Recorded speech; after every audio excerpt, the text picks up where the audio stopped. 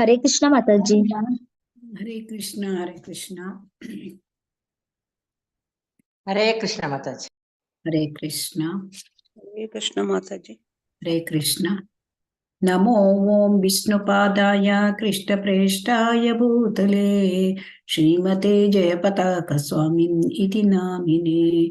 नमो आचार्यपादाय नीताय कृपप्रदायिने गौरकथाधाम्न दयानगरग्रामतारिणे। नमो ओं विष्णुपादाय कृष्णप्रेष्ठाय भूतले श्रीमते भक्तिवेदान्त स्वामिन् इति नामिने। नमस्ते सारस्वते देवे गौरवाणी प्रचारिणी निर्विशेष शून्यवादी पाश्चात्य देशतारिणी। ओम ज्ञानतिमिरान्धस्य ज्ञानाञ्जनशलाकया चक्षुरुन्मीलितं येन तस्मै श्रीगुरवे नमः। श्रीचैतन्यमनोभीष्टं स्थापितं येन भूतले स्वयं रूपः कदा मह्यं ददाति स्वपदान्तिकं। वन्देऽहं श्रीगुरोः श्रीयुतपदकमलं श्रीगुरून् वैष्णवांश्च श्रीरूपं साग्रजातं सहगण रघुनाथान्वितं तं सजीवम् साद्वैतं सावधूतं परिजनसहितं कृष्णचैतन्यदेवं श्रीराधा कृष्णपादान् सहगण ललिता श्रीविशाखान्वितांश्च। हे कृष्णा करुणा सिन्धो दीनबन्धो जगत्पते गोपेश गोपिका कान्ता राधा कान्ता नमोऽस्तुते। तप्त काञ्चन गौराङ्गी राधे वृन्दावनेश्वरी वृषभानुसुते देवी प्रणमामि हरिप्रिये। वाञ्छाकल्पतरुभ्यश्च कृपा सिन्धुभ्य एव च पतितानां पावनेभ्यो वैष्णवेभ्यो नमो नमः। जय श्री कृष्ण चैतन्य प्रभु नित्यानंद श्री अद्वैत गदाधर श्रीवासादि गौर भक्त वृंद। हरे कृष्ण कृष्ण कृष्ण हरे हरे हरे राम राम राम हरे हरे। श्री श्री राधा गोविंद की जय। श्री श्री गौरनिताय की जय। ಶ್ರೀಲ ಪ್ರಭುಪಾದ ಕಿ ಜೈ. ಹರೇ ಕೃಷ್ಣ ಹರೇ ಕೃಷ್ಣ. ಎಲ್ಲರಿಗೂ ಸ್ವಾಗತ. ಹರೇ ಕೃಷ್ಣ हरे कृष्ण हरे ಹರೇ ಕೃಷ್ಣ हरे कृष्ण माताजी। ಹರೇ ಕೃಷ್ಣ. हरे कृष्ण माता। ಜಯಪತಾಕ ಸ್ವಾಮಿ ಗುರು ಮಹಾರಾಜ್ ಇವರ ಜೀವನ ಚರಿತ್ರೆಯನ್ನ ಮುಂದುವರ್ಸ್ಕೊಂಡು ಹೋಗೋಣ. ಹರೇ ಕೃಷ್ಣ. ನಿನ್ನೆ ನಾವು ಅಲಹಾಬಾದ್ ಕುಂಭಮೇಳ ಅದರ ಬಗ್ಗೆ ಸ್ವಲ್ಪ ಕೇಳಿದ್ದೇವೆ. ಅಲಹಾಬಾದ್ ಕುಂಭಮೇಳಕ್ಕೆ ಶ್ರೀಲ ಪ್ರಭುಪಾದರು ಎಲ್ಲ ತಮ್ಮ ಭಕ್ತಾದಿಗಳನ್ನೆಲ್ಲ ಕರ್ಕೊಂಡು ಹೋಗಿದ್ರು. ಅಲ್ಲಿ ಅವರು ಎಲ್ಲರಿಗೂ ಕೂಡ ಅಂದ್ರೆ ಅನೇಕ ಒಂದು ಸ್ಥಳಗಳನ್ನು ಕೂಡ ತೋರಿಸಿದ್ರು. ದಶಾಶ್ವಮೇಧ ಘಾಟ್ ಮತ್ತೆ ಬಿಂದು ಮಾಧವ ಟೆಂಪಲ್ಲು. ಯಾಕೆ ಹೋಗ್ಬೇಕು ನಾವು ಒಂದು ಕುಂಭಮೇಳಕ್ಕೆ ಪ್ರಭುಜಿ ಶೀಲ ಪ್ರಭುಪಾದ್ರ ಹತ್ರ ಕೇಳಿದ್ರು. ಶೀಲ ಪ್ರಭುಪಾದ್ರ ಹತ್ರ ಅದಕ್ಕೆ ಅವರು ಹೇಳಿದ್ರು, ನಾವು ಅಂದ್ರೆ ಭಕ್ತರ ಸಂಘ ಮಾಡ್ಲಿಕ್ಕೆ ಹೋಗ್ಬೇಕು. ಆಗ ಗುರು ಮಹಾರಾಜು ಯೋಚನೆ ಮಾಡ್ತಾ ಇದ್ರಂತೆ, ಶೀಲ ಪ್ರಭುಪಾದರೇ ಭಕ್ತರ ಸಂಘ ಕೊಡುವಷ್ಟು ಅಷ್ಟು ದೊಡ್ಡ ಭಕ್ತರು, ಅವರಿಂದ ಎಲ್ಲ ಜನರಿಗೂ ಕೂಡ ಕೃಷ್ಣ ಭಕ್ತಿ ಸಿಕ್ಕುತ್ತೆ. ಸೊ ಇವರು ಭಕ್ತರ ಸಂಘ ತಗೊಳ್ಲಿಕ್ಕೆ ಹೋಗ್ತಾ ಇದ್ದಾರಾ ಅಥವಾ ಕೊಡ್ಲಿಕ್ಕೆ ಹೋಗ್ತಾ ಇದ್ದಾರಾ, ಈ ರೀತಿ ಆಲೋಚನೆ ಮಾಡಿದರಂತೆ. ಅಲ್ಲಿ ಕೂಡ ಶೀಲ ಪ್ರಭುಪಾದರು ತುಂಬಾ ಅವರಿಗೆಲ್ಲ ತನ್ನ ಜೊತೆ ಕರ್ಕೊಂಡು ಹೋಗಿದ್ದಿರ್ತಕ್ಕಂಥ ಎಲ್ಲ ಶಿಷ್ಯಂದ್ರಿಗೂ ಕೂಡ ತುಂಬಾ ಒಳ್ಳೆಯ ಒಂದು ಪ್ರವಚನಗಳನ್ನ ಕೊಟ್ರು.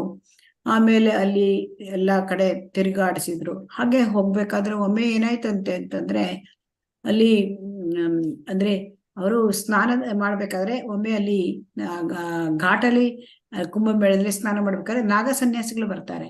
ಆ ನಾಗ ಸನ್ಯಾಸಿಗಳು ಬಂದ್ರೆ ಇವರಿಗೆ ಹೋಗಿ ಬೇಗ ಅದು ಬೇಗ ಹೋಗಿ ಅಂತ ಹೋಗ್ತಾರಂತೆ, ಹೇಳ್ತಿದ್ರಂತೆ. ಯಾಕೆಂದ್ರೆ ಆ ನಾಗ ಸನ್ಯಾಸಿಗಳು ಅಷ್ಟು ಒಂಥರ ಸ್ವಲ್ಪ ಇದಿಲ್ಲ, ತಾಳ್ಮೆ ಇರೋದಿಲ್ಲ. ಅವ್ರು ದೂಕ್ ಬಿಡ್ತಾರಂತೆ, ಮತ್ತೆ ಇದು ಮಾಡ್ತಾರೆ. ಅವರಿಗೆ ಹೋಗಿ ಅಂತ ಹೇಳ್ತಾರೆ. ಅವ್ರಿಗೆ ಹೋಗದೆ ಹೋದ್ರೆ ಅವರು ಬಿಡುದಿಲ್ಲಂತೆ ಅವರಿಗೆ. ಹಾಗಾಗಿ ಅವರೆಲ್ಲ ಆ ತರ ಎಲ್ಲ ಅದನ್ನೆಲ್ಲ ಒಂಥರ ಒಂದು ಎಕ್ಸ್ಪೀರಿಯನ್ಸ್ ಆಯ್ತು ಇವರಿಗೆ. ಹಾಗೆ ಅವರು ಹೋಗ್ತಾ ಇರ್ಬೇಕಾದ್ರೆ ಒಂದು ರಸ್ತೆಯಲ್ಲಿ ಹೋಗ್ಬೇಕಾದ್ರೆ ಒಬ್ಬ ಮಠಾಧೀಶ ಅವರು ಆನೆ ಮೇಲೆ ಕುಳಿತುಕೊಂಡು ಹೋಗ್ತಿದ್ರಂತೆ. ಆಗ ಶ್ರೀಲ ಪ್ರಭುಪಾದರದನ್ನು ತೋರಿಸಿ ಹೇಳಿದ್ರು, ನೋಡಿ ಇದು ನಮ್ಮ ವೈಷ್ಣವ ಕಲ್ಚರ್ ಅಲ್ಲ, ವೈಷ್ಣವ ಸಂಸ್ಕೃತಿ ಅಲ್ಲ. ವೈಷ್ಣವ ಸಂಸ್ಕೃತಿನಲ್ಲಿ ಭಗವಂತನನ್ನ ಮೇಲೆ ಕೂರಿಸ್ಕೊಂಡು ನಾವು ಮೆರವಣಿಗೆ ತಗೊಂಡು ಹೋಗೋದು, ಮತ್ತೆ ಕೆಳಗೆ ಭಕ್ತರು ನಡ್ಕೊಂಡು ಹೋಗೋದು, ಇದನ್ನೆಲ್ಲ ಹೇಳಿದ್ರು. ಸೊ ಇದು ನಮ್ಮ ಗುರು ಮಹಾರಾಜರು ಅದನ್ನೆಲ್ಲ ಸಣ್ಣ ಸಣ್ಣ ಇಂತಹ ಚಿಕ್ಕ ಚಿಕ್ಕ ವಿಚಾರಗಳನ್ನು ಕೂಡ ತುಂಬಾ ಎಚ್ಚರಿಕೆಯಿಂದ ಅವ್ರು ಕೇಳಿಸ್ಕೊಳ್ತಾ ಇದ್ದಿದ್ರು. ಸಣ್ಣ ಸಣ್ಣದ ಏನಾದ್ರು ಇನ್ಸ್ಟ್ರಕ್ಷನ್ಸ್ ಕೊಡ್ತಾ ಇದ್ದಿದ್ರು. ಎಲ್ಲವನ್ನು ಕೂಡ ಅವರು ಅದನ್ನ ಗಮನಕ್ಕೆ ತೆಗೆದುಕೊಂಡು ಅದನ್ನ ಸರಿ ಮಾಡ್ಕೊಳ್ತಾ ಇದ್ದಿದ್ರು. ಆಮೇಲೆ ಶ್ರೀಲ ಪ್ರಭುಪಾದರು ಕುಂಭಮೇಳದಲ್ಲಿ ಹೇಳಿದ್ರು, ನೀವೆಲ್ಲ ಭಕ್ತರಾಗಿದ್ದೀರಿ. ಈ ಭಕ್ತರಿಗೆ ಹರೇ ಕೃಷ್ಣ ಭಕ್ತರು ಅಂತಂದ್ರೆ ತುಂಬಾ ನೀವು ಒಳ್ಳೆಯ ಕರ್ಮ ಮಾಡಿದಿರಿ, ಒಳ್ಳೆಯ ಒಂದು ಕೆಲಸ ಸುಕೃತಿ ಮಾಡಿದಿರಿ. ನೀವೆಷ್ಟೋ ಯಜ್ಞಗಳನ್ನು ಮಾಡಿದ್ಮೇಲೆ ಹೀಗೆ ಈ ತರ ಹರೇ ಕೃಷ್ಣ ಮಹಾಮಂತ್ರ ನಿಮಗೆ ಸಿಕ್ಕತ್ತೆ, ನೀವು ಹರೇ ಕೃಷ್ಣ ಭಕ್ತರಾಗ್ಬೋದು, ನೀವೆಲ್ಲ ಆಗಿದ್ದೀರಿ ಅಂತ ಹೇಳ್ದೆ. ಅವಾಗ ಅಂದ್ರೆ ನೀವು ತುಂಬಾ ಸುಕೃತಿಗಳು ಅಂತ ಹೇಳಿದ್ರಂತೆ ಶ್ರೀಲ ಪ್ರಭುಪಾದರು. ಆಗ ಅಲ್ಲಿ ಅವರ ಶಿಷ್ಯಂದ್ರಲ್ಲಿ ಒಬ್ಬನು ಹೇಳ್ತಾನೆ, ಪ್ರಭುಪಾದ ನಾನು ತುಂಬಾ ಪಾಪ ಮಾಡಿದ್ದೆ, ನಾನು ಹೇಗೆ ಸುಕೃತಿ ಮಾಡಿದ್ದೇನೆ, ನಮ್ಗೆ ಹರೇ ಕೃಷ್ಣ ಸಿಕ್ಕಿದೆ ನಮ್ಗೆ ಅಂತ ಕೇಳಿದ್ರಂತೆ. ಅವಾಗ ಶ್ರೀಲ ಪ್ರಭುಪಾದರು ಹೇಳಿದ್ರು, ನಿಮ್ಗೆಲ್ಲರಿಗೂ ಕೂಡ ನಾನು ನಿಮ್ಮನ್ನ ಒಂದು ಸುಕೃತಿಗೆ ತಂದಿದ್ದೇನೆ, ನಿಮ್ಮನ್ನ ನೀವು ಎಷ್ಟು ಪಾಪ ಮಾಡಿದ್ರು ಕೂಡ ಅದನ್ನೆಲ್ಲ ಕಳೆದಿದ್ದೇನೆ ನಾನು ಅಂತ ಹೇಳಿದ್ರು. ಸೊ ಹಾಗಾಗಿ ಅಂದ್ರೆ ಇವರು ಯೋಚನೆ ಮಾಡ್ತಾ ಇದ್ರು, ನಮ್ಮ ಗುರು ಮಹಾರಾಜು ಪ್ರಭುಪಾದರು ಎಷ್ಟು ಕರುಣಾಮಯಿ, ಆಮೇಲೆ ಎಷ್ಟು ಜನರಿಗೆ ಅವರು ಕೃಷ್ಣ ಭಕ್ತಿಯನ್ನ ಕೊಟ್ಟಿದ್ದಾರೆ. ಎಷ್ಟೋ ಪ್ರಪಂಚದಲ್ಲಿ ಎಷ್ಟೋ ಪಾಪಗಳು ಘಟಿಸ್ತಾ ಹೋಗ್ತಾ ಪ್ರಭುಪಾದರು ನೋಡ್ಲಿಲ್ಲ, ಎಲ್ಲರಿಗೂ ಕೂಡ ಕೃಷ್ಣ ಭಕ್ತಿಯನ್ನ ಕೊಟ್ಟಿದ್ದಾರೆ. ಆಮೇಲೆ ಏನು ಈ ನಮ್ಮ ಗುರು ಮಹಾರಾಜು ಎಲ್ಲರೂ ಬರೋಕ್ಕಿಂತ ಮುಂಚೆನೆ ಕುಂಭಮೇಳದಿಂದ ಬಂದ್ರು. ಯಾಕಂತಂದ್ರೆ ಬೇರೆಯವರೆಲ್ಲ ಇನ್ನು ಕುಂಭಮೇಳದಲ್ಲಿ ಶ್ರೀಲ ಪ್ರಭುಪಾದರ ಜೊತೆ ಇದ್ದಿದ್ರು. ಈಗ ಗುರು ಮಹಾರಾಜಿಗೆ ಏನ್ ಕೆಲಸ ಇತ್ತು ಅಂತಂದ್ರೆ, ಅವರಿಗೆ ಅಲ್ಲಿ ಕಲ್ಕತ್ತಾದಲ್ಲಿ ಅವರು ಪ್ರೆಸಿಡೆಂಟ್, ಟೆಂಪಲ್ ಪ್ರೆಸಿಡೆಂಟ್ ಆಗಿದ್ರು. ಟೆಂಪಲ್ ಅದ 3C ಆಲ್ಬರ್ಟ್ ರೋಡ್ ಅಲ್ಲಿ ಇರ್ತಕ್ಕಂಥ ಟೆಂಪಲ್ ಅಲ್ಲಿ. ಆಮೇಲೆ ಆ ಟೆಂಪಲ್ ಅಲ್ಲಿ ಲೀಸ್ ಅದು ಮೊದಲು ಬಾಡಿಗೆಯಲ್ಲಿ ಇದ್ದಿದ್ರು, ಅದು ಲೀಸ್ ಮುಗಿದೋಗ್ತಾ ಇತ್ತು, ಅದಕ್ಕೆ ಅವರಿಗೆ ಮುಂಚೆ ಬಂದ್ರು. ಸೊ ಹಾಗಾಗಿ ಇಲ್ಲಿ ಈ ಟೆಂಪಲ್ ಪ್ರೆಸಿಡೆಂಟ್ ಕಲ್ಕತ್ತಾದ ಇದ್ದಾಗ ಅವರಿಗೆ ಗುರು ಮಹಾರಾಜರಿಗೆ 11 ಸಾರಿ ಪ್ರೆಸಿಡೆಂಟ್ ನಿಂದ ತೆಗೆದ್ರಂತೆ. ತಮಾಲ್ ಕೃಷ್ಣ ಮಹಾರಾಜ್ ಅಂತ ಒಬ್ರು ಇದ್ದಿದ್ರು ಭಕ್ತರು, ಅವರು ಜಿಬಿಸ್ನಲ್ಲಿ ಇದ್ದಿದ್ರು. ಸೊ ಹಾಗಾಗಿ ಇವರನ್ನ 10 ಸಾರಿ ಅವರ ತೆಗೆದ್ರು. ಪ್ರತಿ ಸುತ್ತಿ ತೆಗೆದಾಗ ಶ್ರೀಲ ಪ್ರಭುಪಾದರು ಅವ್ರನ್ನ ಮತ್ತೆ ಪ್ರೆಸಿಡೆಂಟ್ ಆಗಿ ಉಳಿಸ್ತಿದ್ರು. ಈಗ 11ನೇ ಸುತ್ತಿ ಏನಾಯ್ತು, ಅವರಿಗೆ ಪ್ರಭುಪಾದರೇ ತೆಗೆದ್ರಂತೆ. ಅಂದ್ರೆ ಗುರು ಮಹಾರಾಜರನ್ನ ಅಲ್ಲಿ ಕಲ್ಕತ್ತಾ ಪ್ರೆಸಿಡೆಂಟ್ ಆ ಒಂದು ಅಧ್ಯಕ್ಷ, ಟೆಂಪಲ್ ಅಧ್ಯಕ್ಷರಿಂದ ಹೇಗೆ ಇದಾಯಿತು ಅಂತ ಒಂದು ರೀತಿಯ ಒಂದು ಕಥೆ ಇದೆ, ಅಂದ್ರೆ ಒಂದು ಪ್ರಸಂಗ ನಡೆದಿದೆ. ಅಂದ್ರೆ ಶ್ರೀಲ ಪ್ರಭುಪಾದರು ಯಾವಾಗ್ಲೂ ಹೇಳ್ತಾ ಇದ್ರು, ಅಂದ್ರೆ ಕೃಷ್ಣನ ಹಣವನ್ನ ನಾವು ತುಂಬಾ ಅಂದ್ರೆ ಜಾಸ್ತಿ ಅದನ್ನೆಲ್ಲ ನಾವು ಖರ್ಚು ಮಾಡಬಾರ್ದು, ನಾವು ಅದನ್ನ ಅಂದ್ರೆ ತುಂಬಾ ನೋಡಿ ನಾವು ಅದನ್ನ ಹಣವನ್ನ ಬಳಸ್ಬೇಕು, ಭಗವಂತನ ಹಣವನ್ನ ಅಂತ ಹೇಳ್ತಾ ಇದ್ರು. ಕೇರ್ಫುಲ್ ಆಗಿ ಅಂತ ಹೇಳ್ಬೇಕು ಅಂತ. ಇಲ್ಲಿ ಗುರು ಮಹಾರಾಜರು ಅವರು ಕಲ್ಕತ್ತಾದಲ್ಲಿ ಪ್ರೆಸಿಡೆಂಟ್ ಆಗಿದ್ರಲ್ವಾ. ಸೊ ಹಾಗಾಗಿ ಆ ಪ್ರೆಸಿಡೆಂಟ್ ಆಗಿದ್ದಾಗ ಏನಾಗ್ತಿತ್ತು, ಅಲ್ಲಿ ಒಬ್ಬ ಭಕ್ತ, ಅಲ್ಲಿದ್ದ ಒಬ್ಬ ಬ್ರಹ್ಮಚಾರಿ ಏನ್ ಹೇಳಿದಂತೆ, ನಾನು ಪ್ರೀಚಿಂಗಿಗೆ ಹೋಗ್ಬೇಕು ಇವತ್ತು, ಮತ್ತೆ ಅಲ್ಲಿ ಪ್ರೀಚಿಂಗಿಗೆ ಅವ್ರ ಹೆಸರು ಪಂಚದ್ರಾವಿಡ ಅಂತ. ಅವ್ರು ಹೇಳಿದ್ರು, ನಾನಿವತ್ತು ಪ್ರೀಚಿಂಗಿಗೆ ಹೋಗ್ಬೇಕು, ನಂಗೆ ಸ್ವಲ್ಪ ಹಣ ಕೊಡಿ. ಅವರೇ ಹೇಳಿದ್ರು, ಗುರು ಮಹಾರಾಜ್ ನೀನು ಟ್ರಾಮ್ ನಲ್ಲಿ ಹೋಗು, ನೀನು ನಿನ್ಗೆ 5 ಪೈಸೆ ಕೊಡ್ತಾರೆ ಅಂತ ಹೇಳಿದ್ರು. ಆಗಿನ ಕಾಲದಲ್ಲಿ 5 ಪೈಸೆ ಇಂಥದೆಲ್ಲ ಇರ್ತಿತ್ತು. 10 ಪೈಸೆ, 5 ಪೈಸೆ, 3 ಪೈಸೆ, 1 ಪೈಸೆ, ಆ ಕಾಲ 50 ವರ್ಷದ ಹಿಂದೆ. ಸೊ ಅವಾಗ ₹1 ಬಹುದೊಡ್ಡ ಮೊತ್ತ. ಆದ್ರೆ ಇವರು ಪಂಚದ್ರಾವಿಡ ಪ್ರಭು ಹೇಳಿದ್ರು, ಇಲ್ಲ ನನಗೆ ₹1 ಕೊಡಿ, ನಾನು ಕಾರಲ್ಲಿ ಹೋಗ್ತೇನೆ ಅಂತ. ಇಲ್ಲ, ಇವರು ಪ್ರಭು ನಮ್ಮ ಗುರು ಮಹಾರಾಜ್ ಹೇಳಿದ್ರು, ಇಲ್ಲ ನೀವು ಕಾರಲ್ಲಿ ಹೋಗ್ಲು ಬೇಡ, ನೀವು ಟ್ರಾಮಿನಲ್ಲಿ ಹೋಗಿ. ಆಮೇಲೆ ಪಂಚದ್ರಾವಿಡ ಪ್ರಭು ಆಯ್ತು ಹೇಳಿದ್ರಂತೆ. ಹೇಳ್ಕೊಂಡು, ನನ್ಗೆ ಹೊಟ್ಟೆ ನೋವು ಬಂದಿದೆ, ನನ್ಗೆ ಮೊಸರು ತಗೋಬೇಕು, ನನ್ಗೆ ₹1 ಕೊಡಿ. ಗುರು ಮಹಾರಾಜರು ₹1 ಕೊಟ್ರು. ಅವಾಗ ಅದನ್ನ ತಕೊಂಡು ಪಂಚದ್ರಾವಿಡ ಪ್ರಭು ₹1 ತೋರಿಸಿ, ಹೀಗೆ ತೋರಿಸಿ, ಈಗ ನಾನು ಟ್ರಾಮ್ ಕಾರಲ್ಲಿ ಹೋಗ್ತೇನೆ ಅಂತ ಹೇಳಿದ್ರಂತೆ. ಹೊಟ್ಟೆ ನೋವು ಬಂದಿದೆ ಹೇಳಿ, ಅದು ಮೊಸರು ತಗೊಳ್ತೇನೆ ಹೇಳಿದವರು ಈಗ ಮತ್ತೆ ನಾನು ಕಾರಲ್ಲಿ ಹೋಗ್ತೇನೆ. ಆಗ ಗುರು ಮಹಾರಾಜರಿಗೆ ಏನಾಯ್ತು, ಅವ್ರ ಮೇಲೆ ಹಾರಿ ₹1 ತಗೊಳ್ಳಿ ಹೋಗ್ಲಿಕ್ಕೆ, ಇಲ್ಲ ನಿನಗೆ ಹೋಗ್ಲಿಕ್ಕೆ ಆಗಲ್ಲ, ನೀ ಟ್ರಾಮ್ನಲ್ಲೇ ಹೋಗ್ಬೇಕು, ಅಲ್ಲಿ ಕಾರಲ್ಲಿ ಹೋಗ್ಲಿಕ್ಕೆ ನಿಂಗೆ ಅನುಮತಿ ಇಲ್ಲ ಅಂತ ಅದನ್ನ ತೆಗೆದುಕೊಳ್ಳಿಕ್ಕೆ ₹1 ಕಸಿದುಕೊಳ್ಳಿಕ್ಕೆ ಹೋದ್ರಂತೆ. ಇವರು ಕಸ್ಕೊಳ್ಳಕ್ ಅವ್ರು ಬಿಡ್ಲಿಲ್ಲ, ಇವರು ಬಿಡ್ಲಿಲ್ಲ. ಆಗ ಏನಾಯ್ತು, ಆಗ ಪಂಚದ್ರಾವಿಡ ಪ್ರಭು ಅವರು ಏನ್ ಮಾಡಿದ್ರಂತೆ, ಗುರು ಮಹಾರಾಜರ ಕೈಗೆ ಕಚ್ಚಿಬಿಟ್ರು. ಕಚ್ಚಿದಾಗ ಅದೇನಾಯ್ತು, ಅದು ಬಿಡಿಸ್ಕೊಳ್ಳಿಕ್ ಹೋದ್ರೆ ಅವ್ರು ಬಿಡ್ಲೇ ಇಲ್ಲಂತೆ, ಗಟ್ಟಿ ಕಚ್ಚಿದ್ದಾರೆ. ಅವಾಗ ಇನ್ನೇನ್ ಮಾಡಿದ್ರು ಬಿಡ್ಲಿಲ್ಲ ಅಂದಾಗ ಅವ್ರಿಗೆ ಅವರ ಮೇಲೆ ಕೈ ಮಾಡ್ಲೇಬೇಕಾಯ್ತಂತೆ. ಸೊ ಹಾಗಾಗಿ ಈ ವಿಚಾರ ಏನಾಯ್ತು, ಅದು ಶ್ರೀಲ ಪ್ರಭುಪಾದರ ಟೆಲಿಗ್ರಾಮ್ ಹೋಯ್ತಂತೆ. ಏನಂತ, ಗುರು ಮಹಾರಾಜ್ ಈ ಜಯಪತಾಕ ಸ್ವಾಮಿ ಅವರು ಇದನ್ನ ಹೀಗೆ ತಮ್ಮ ಬ್ರಹ್ಮಚಾರಿಗೆಲ್ಲ ಈ ರೀತಿ ಅವರು ಕೈ ಮೇಲ್ ಮಾಡಿದ್ದಾರೆ, ಸೊ ಹಾಗಾದ್ರೆ ಅವ್ರು ತೆಗೆದು ಬಿಡಿ ಅಂತೇಳಿ ಅವರು ಆರ್ಡರ್ ಮಾಡಿಬಿಟ್ರು ಶ್ರೀಲ ಪ್ರಭುಪಾದರು. ಆಮೇಲೆ ಶ್ರೀಲ ಪ್ರಭುಪಾದರು ಪ್ರತ್ಯಕ್ಷ ಅವರಿಗೆ ಸ್ವಲ್ಪ ಸಮಯದ ನಂತರ ಅವರಿಗೆ ಮೀಟ್ ಆದ್ರು, ಯಾರಿಗೆ ಜಯಪತಾಕ ಸ್ವಾಮಿ ಮಹಾರಾಜ್ಗೆ. ಅಲ್ಲಿ ಮೀಟ್ ಆದಾಗ ಅವ್ರು ಹೇಳಿದ್ರು, ಈ ರೀತಿ ಎಲ್ಲ ನಡೆದಿದೆ, ನಾನು ಹೀಗೆ ಹೇಳಿದಾಗ ಹೀಗೀಗ ಆಯ್ತು, ಎಲ್ಲಾ ಪ್ರಸಂಗ ನಡೆದಿದ್ದನ್ನೆಲ್ಲ ಸರಿಯಾಗಿ ತಿಳಿಸಿದ್ರು. ಹೌದಾ, ಹಾಗಾದ್ರೆ ನೀನು ಕಲ್ಕತ್ತಾ ಬೇಡ, ನೀನು ಮಾಯಾಪುರದಲ್ಲೇ ನೀನು ಅಲ್ಲಿ ನಿನ್ಗೆ ಬೇಡ ಇಲ್ಲಿ ಕಲ್ಕತ್ತಾ, ನೀನು ಮಾಯಾಪುರದಲ್ಲೇ ಕಾನ್ಸಂಟ್ರೇಟ್ ಮಾಡ್ಬೇಕು, ನೀ ಅಲ್ಲೇ ನಿನ್ನ ಕೆಲಸವನ್ನ ಅಲ್ಲಿ ಗಮನ ಇಟ್ಟು ಅಲ್ಲಿ ನೀನು ಮಾಡು ಅಂತ ಹೇಳಿದ್ರಂತೆ. ಆಮೇಲೆ ಈ ರೀತಿ ಆಮೇಲೆ ಪ್ರಭುಪಾದರು ಹೇಳಿದ್ರು, ಆಯ್ತು ನೀನು ಈಗ ಮುಂಬೈಗೆ ಬಾ, ನಿನ್ಗೆ ಬಾ ಅಂತ ಕರ್ಕೊಳ್ಳೋದು, ಯಾಕಂದ್ರೆ ಅವರಿಗೆ ಸಿಟಿಸನ್ಶಿಪ್ ಕೊಡಿಸ್ಬೇಕಾಗಿತ್ತು. ಅವಾಗ ಆಯ್ತು ಅಂತೇಳಿ ಅವರು ಮುಂಬೈಗೆ ಕರ್ಕೊಂಡು ಹೋದ್ರು. ಆಮೇಲೆ ಅಲ್ಲಿ ಏನು ಅಂತಂದ್ರೆ, ಗುರು ಮಹಾರಾಜಿಗೆ ಆಲ್ರೆಡಿ ಅವರಿಗೆ ಬಂಗಾಳಿ ಭಾಷೆ ಚೆನ್ನಾಗಿ ಅವ್ರು ಕಲ್ತ್ಕೊಂಡಿದ್ರು, ಮತ್ತೆ ಅವರು ಹಿಂದಿ ಭಾಷೆ ಕೂಡ ಅವ್ರು ಚೆನ್ನಾಗಿ ಕಲ್ತ್ಕೊಂಡಿದ್ರು ಆ ಸಮಯಕ್ಕಾಗಲೇ. ಆಮೇಲೆ ಅಲ್ಲಿ ಒಂದು ಎನ್ ಡಿ ದೇಸಾಯಿ ಅಂತ ತುಂಬಾ ಅಂದ್ರೆ ಅದರಲ್ಲಿ ಪಾಲಿಟಿಕ್ಸ್, ರಾಜಕೀಯದಲ್ಲಿ ಸ್ವಲ್ಪ ಅಂದ್ರೆ ಗೊತ್ತಿದ್ದವರಾಗಿದ್ರು, ಅಂದ್ರೆ ಎಲ್ಲ ಅವರ ಸಹಾಯ ಬೇಡ್ಕೊಂಡು ಇವರು ಅಲ್ಲಿ ಹೋದಾಗ ಅಲ್ಲಿ ಅವರ ಮನೆಯಲ್ಲಿ ಅವ್ರನ್ನ ಮೀಟ್ ಆದ್ರು. ಅಂದ್ರೆ ಅಲ್ಲಿ ಏನಾಗಿತ್ತು ಅಂತಂದ್ರೆ, ಅವ್ರ ತಂದೆಯವರು ಇಬ್ರು ಸೇರಿ ಆಫೀಸಲ್ಲಿ ಇದ್ದಿದ್ರಂತೆ, ಅವ್ರನ್ನ ಕರೆಸಿದ್ರು. ಅವರ ಹೆಂಡತಿ ಹೀಗೆ ಬಂದಿದ್ದಾರೆ, ಇಸ್ಕಾನ್ ಸಾಧುಗಳು ಬಂದಿದ್ದಾರೆ, ನಿಮ್ ಜೊತೆ ಮಾತಾಡ್ಬೇಕು, ಬನ್ನಿ. ಸೊ ಆಯ್ತು, ಇವ್ರು ಹೋದಾಗ ಅವ್ರು ಹೇಳಿದ್ರು, ಹೀಗೆಲ್ಲ ಆಗ್ತಾ ಇದೆ, ನೀವು ಸಹಾಯ ಮಾಡಿ ಅಂತ. ಆಮೇಲೆ ಇದು ಒಮ್ಮೆ ಅವರು ಒಪ್ಕೊಂಡ್ರು. ಆದ್ರೆ ಎನ್ ಡಿ ದೇಸಾಯಿ ಹೇಳ್ತಾರೆ, ಇವತ್ತಿಗೂ ಹೇಳ್ತಾರಂತೆ, ಹೀಗೆ ಅವರು ಬಂದು ಅಂದ್ರೆ ಶ್ರೀಲ ಪ್ರಭುಪಾದರು ಹೇಳಿದ್ರಂತೆ, ಇವರು ಸಾಧಾರಣ ಅಲ್ಲ, ಇವರು ಸಾಧಾರಣ ಜಯಪತಾಕ ಅಲ್ಲ, ಸಾಧಾರಣ ಮನುಷ್ಯ ಅಲ್ಲ, ಇವರು ಚೈತನ್ಯ ಮಹಾಪ್ರಭುಗಳ ಯಾವಾಗಲೂ ಅವರ ಒಂದು ಸಂಗಾತಿಗಳು ಅಂತ ಹೇಳಿದ್ರಂತೆ. ಅದಕ್ಕೆ ಅವರಿಗೆ ಅನಿಸ್ತಂತೆ, ಎನ್ ಡಿ ಪ್ರಭುವರ ಎನ್ ಡಿ ದೇಸಾಯಿ ಅವರಿಗೆ ಅನಿಸ್ತಂತೆ, ಅವರು ಸ್ವಲ್ಪ ಅಷ್ಟೇ ಎಳೆ ವಯಸ್ಸು, ಅವ್ರ ತಂದೆಯವ್ರ ಹತ್ರ ಇವ್ರು ಹೇಳಿದ್ರು. ಅದನ್ನ ಕೇಳ್ಕೊಂಡಾಗ ಅವ್ರಿಗೆ ಅನಿಸ್ತು, ಓಹ್ ಇವರು ಏನೋ ಕಟ್ಟುಕತೆ ಹೇಳ್ತಾರೆ ತಮ್ಮ ಕೆಲಸ ಸಾಧನೆ ಮಾಡ್ಲಿಕ್ಕಾಗಿ.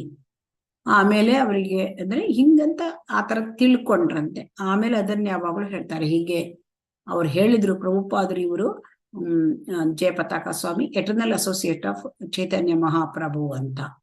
ಆಮೇಲೆ ಎನ್ ಡಿ ದೇಸಾಯಿ ತಂದೆ ಅವರು ಅಂದ್ರೆ ಇದಾದ್ರು, ಅಂದ್ರೆ ಅಲ್ಲಿಗೆ ಇಸ್ಕಾನಿಗೆ ಅವರು ಆಜೀವ ಸದಸ್ಯರಾದ್ರು. ಆಗಿನ ಕಾಲದಲ್ಲಿ ಆಜೀವ ಸದಸ್ಯರು ಇಷ್ಟೆಲ್ಲ ಜಾಸ್ತಿ ಇರ್ಲಿಲ್ಲ, ತುಂಬಾ ಕಡಿಮೆ ಇತ್ತು. ಅವರಿಗೆ ಆಜೀವ ಸದಸ್ಯರಿಗೆ ಹಣ ಕೊಟ್ರು, ಮತ್ತೆ ಅವರು ಆಜೀವ ಸದಸ್ಯರು ಆದ್ರು. ಮತ್ತೆ ಅವರಿಗೆ ಇದನ್ನು ಮಾಡ್ಲಿಕ್ಕೆ ಅಂದ್ರೆ ವೀಸಾ, ಇದು ಸಿಟಿಸನ್ಶಿಪ್ ಅಂದ್ರೆ ಭಾರತದ ನಾಗರಿಕತೆಯನ್ನ ಕೊಡಿಸ್ಕೊಟ್ರು, ಸಿಟಿಸನ್ಶಿಪ್. ಸೊ ಅದಕ್ಕೆ ಹೆಲ್ಪ್ ಮಾಡಿದ್ರು. ಒಮ್ಮೆ ಅವರು ಅಟಲ್ ಬಿಹಾರಿ ವಾಜಪೇಯಿಗೂ ಕೂಡ ಈ ಸಂಬಂಧವಾಗಿ ಮೀಟ್ ಆಗಿದ್ರಂತೆ. ಅವಾಗ ಮೀಟ್ ಆದಾಗ ಅಟಲ್ ಬಿಹಾರಿ ವಾಜಪೇಯಿ ಇದ್ರೆ, ಆಪ್ ಕೈಸೆ ಹೈ, ಆಪ್ ಹಿಂದಿ ಬೋಲ್ತೆ ಕ್ಯಾ ಅಂತ ಅಟಲ್ ಬಿಹಾರಿ ವಾಜಪೇಯಿ ಕೇಳಿದ್ರಂತೆ. ಅವರು ಕೂಡ ಅಲ್ಲಿ ಆ ಟೈಮಲ್ಲಿ ಮಿನಿಸ್ಟರ್ ಇದ್ದಿದ್ರು ಕಾಣುತ್ತೆ. ಸೊ ಆಗ ಅವರು ಅದು ಹಿಂದಿಲೇ ಮಾತಾಡಿದ್ರು ನಮ್ಮ ಗುರು ಮಹಾರಾಜು. ಇದರಿಂದ ಅಟಲ್ ಬಿಹಾರಿ ವಾಜಪೇಯಿಗೆ ತುಂಬಾ ಸಂತೋಷ ಆಯ್ತಂತೆ. ಅವರು ಹೇಳಿದ್ರಂತೆ, ನನಗೆ ತುಂಬಾ ಸಂತೋಷ ಆಯ್ತು ಅಂತ ಹೇಳಿದ್ರಂತೆ. ಮತ್ತೆ ಅವರಿಗೆ ಗುರು ಮಹಾರಾಜರಿಗೆ ಬೆಂಗಾಳಿ ಕೂಡ ಬರ್ತಿತ್ತು. ಅಂದ್ರೆ ಸಿಟಿಸನ್ಶಿಪ್ ಆಗ್ಬೇಕು ಅಂತಂದ್ರೆ ಏನು ಅಂತಂದ್ರೆ ಬೆಂಗಾಳಿ ಅದು ಒಂದು ನ್ಯಾಷನಲ್ ಲ್ಯಾಂಗ್ವೇಜ್ ಅಲ್ಲಿ ಬರ್ಬೇಕು, ಒಂದಾದ್ರೂ ಬರ್ಬೇಕು ಭಾರತದ ನಾಗರಿಕ ಅಂತ ಅನಿಸ್ಬೇಕಾದ್ರೆ. ಸೊ ಹೀಗೆಲ್ಲ ಆಯ್ತು. ಆಮೇಲೆ ಅವರಿಗೆ ಇಂಡಿಯನ್ ಸಿಟಿಸನ್ಶಿಪ್ ಸಿಕ್ತು ಅವರಿಗೆ. ಸೊ ಈಗ ಇನ್ನು ಏನಾಯ್ತು ಅಂತಂದ್ರೆ ಮುಂದೆ 1971 1971 ಇಸ್ವಿನಲ್ಲಿ ದೊಡ್ಡ ಒಂದು ಇದಾಯ್ತಂತೆ. ಅಂದ್ರೆ ಅಲ್ಲಿ ದೊಡ್ಡ ನೆರೆ ಪ್ರವಾಹ ಬಂತು. ಸೊ ಆ ಪ್ರವಾಹದ ಸಮಯದಲ್ಲಿ ತುಂಬಾ ಅಲ್ಲಿ ಅಂದ್ರೆ ಪ್ರವಾಹ ಸಂತ್ರಸ್ತರು, ನೆರೆ ಸಂತ್ರಸ್ತರು ಅವರಿಗೆಲ್ಲ ಅಂದ್ರೆ ಆಹಾರ ಅದನ್ನ ಪ್ರಸಾದವನ್ನ ವಿತರಣೆ ಮಾಡುವಂತ ಪ್ರೋಗ್ರಾಮ್ ಅನ್ನ ಗುರು ಮಹಾರಾಜರು ಮಾಡ್ಕೊಂಡ್ರು. ಇದರಿಂದ ಅವರು ಏನ್ ಮಾಡೋದಂದ್ರೆ ಅವರು ಜನರಿಗೆ ಆಹಾರ ಅಂದ್ರೆ ಇದನ್ನ ಪ್ರಸಾದವನ್ನ ಕೊಡೋದು. ಸೊ ಪ್ರಸಾದ ಕೊಡಕಾದ್ರೆ ಹಳ್ಳಿಗೆ ಬಂಗಾಳದಲ್ಲಿ ತುಂಬಾ ದೊಡ್ಡ ನೆರೆ. ಸೊ ಹಳ್ಳಿಗೆಲ್ಲ ಹೋಗಿ ಅವರಿಗೆ ಕೊಡ್ಬೇಕಾಗಿತ್ತು. ಹಳ್ಳಿಗಳಲ್ಲಿ ಜನ ಏನ್ ಮಾಡ್ತಾರೆ, ತುಂಬಾ ಅಂದ್ರೆ ಅವರಿಗೆ ಅವರು ಪ್ರಸಾದವನ್ನ ಕೊಡ್ಬೇಕು ಅಂದ್ರೆ ಅದು ಓಡಿ ಬಂದು ಕಸ್ಕೊಳ್ತಿದ್ರಂತೆ. ಅದಕ್ಕೆ ನೀವು ಕೂತ್ಕೊಳ್ಳಿ, ನಾವು ನಿಮಗೆ ಹಂಚುತ್ತೇವೆ. ಅವರು ತುಂಬಾ ಶಿಸ್ತನ್ನ ಅವ್ರಿಗೆ ಕಲಿಸ್ಲಿಕ್ಕೆ ಮಾಡಿದ್ರು. ಯಾಕೆಂತಂದ್ರೆ ಅವ್ರು ಏನ್ ಮಾಡ್ತಾ ಇದ್ರು, ಓಡ್ತಾ ಇದ್ರು, ಒಬ್ರು ಮುಗಿ ಬೀಳ್ತಾ ಇದ್ರು, ಈ ತರ ಎಲ್ಲ ಸಮಯ ಸಂದರ್ಭ. ಒಮ್ಮೆ ಏನಾಯ್ತಂತೆ, ಅಲ್ಲಿ ಆ ಪ್ರಸಾದ ಕೊಡ್ಬೇಕಾದ್ರೆ ಅಲ್ಲಿ ಒಬ್ರು ಪದ್ಮಲೋಚನ ಪ್ರಭು ಅಂತ ಒಬ್ರು ಅಂದ್ರೆ ಲಂಡನ್ ಇಂದ ಬಂದಿದ್ರಂತೆ ಭಕ್ತರು. ಸೊ ಅವರು ಏನ್ ಮಾಡಿದ್ರು, ಇದು ಒಂದು ಡಬ್ಬ ತುಂಬಾ ಅಂದ್ರೆ ತುಂಬಾ ಒಂದು ಬಾಸ್ಕೆಟ್ ತುಂಬಾ ಪೂರಿ ತಕೊಂಡ್ ಹೋದ್ರಂತೆ. ಇದನ್ನ ಹಂಚ್ಬೇಕು ಹೇಳಿ. ಸೊ ಇಲ್ಲಿ ಈ ಒಂದು ನೆರೆ ಸಂತ್ರಸ್ತರಿಗೆ ಅವಾಗ ಅಲ್ಲಿ ಅವ್ರೇನು ಅಷ್ಟೇ ಆ ಬಾಸ್ಕೆಟ್ ಇಟ್ಟಿದ್ದಾರೆ ಕೆಳಗೆ, ಇನ್ನೇನು ನಾನೆಲ್ಲರಿಗೂ ಹಂಚ್ಬೇಕು ಅಂತ ಹೇಳಿ ಹೀಗೆ ವಿಚಾರ ಮಾಡ್ತಿದ್ದಂಗೆ ಅವ್ರೊಂದು 2 ನಿಮಿಷ ಜನ ಎಲ್ಲ ಸುಮ್ನೆ ಕೂತ್ರು. ಆಮೇಲೆ ಎಲ್ಲರೂ ಓಡಿ ಬಂದು ಬಡ ತೆಕ್ಕೊಂಡ್ರಂತೆ. ಸೊ ಹಾಗಾಗಿ ಅಲ್ಲಿ 5 ನಿಮಿಷದಲ್ಲಿ ಎಲ್ಲ ಪೂರಿ ಖಾಲಿ ಆಗೋಯ್ತಂತೆ.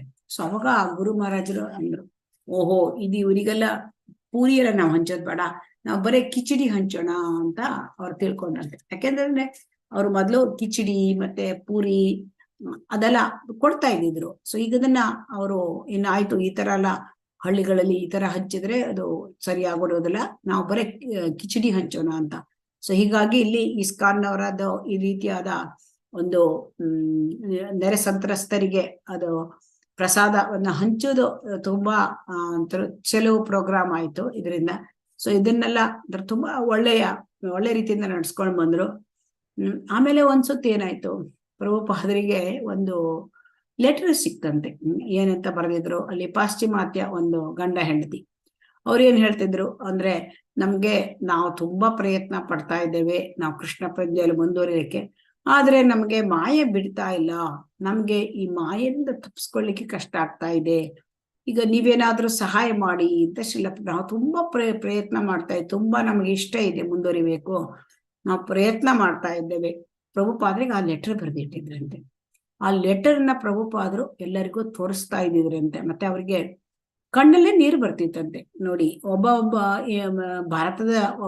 ಭಾರತೀಯ ಒಬ್ಬನಿಗೂ ತೋರಿಸಿದ್ರಂತೆ ಅವರು. ಈ ತರ ಅಂದ್ರೆ ನೋಡಿ, ಪಾಶ್ಚಿಮಾತ್ಯರು ಎಷ್ಟು ಕೃಷ್ಣ ಪ್ರಜ್ಞೆ ತಗೊಳ್ಳಿಕ್ಕಾಗಿ ಸ್ವಂತ ಪ್ರಯತ್ನ ಮಾಡ್ತಾ ಇದ್ದಾರೆ. ಮತ್ತೆ ಅದಕ್ಕೆ ನಮ್ಮ ಒಂದು ಪ್ರಭುಪಾದರ ಅನುಗ್ರಹವನ್ನು ಬೇಡ್ತಾ ಇದ್ದಾರೆ ಮಾಯೆಯಿಂದ ಬಿಡಿಸ್ಕೊಳ್ಳಿಕ್ಕೆ.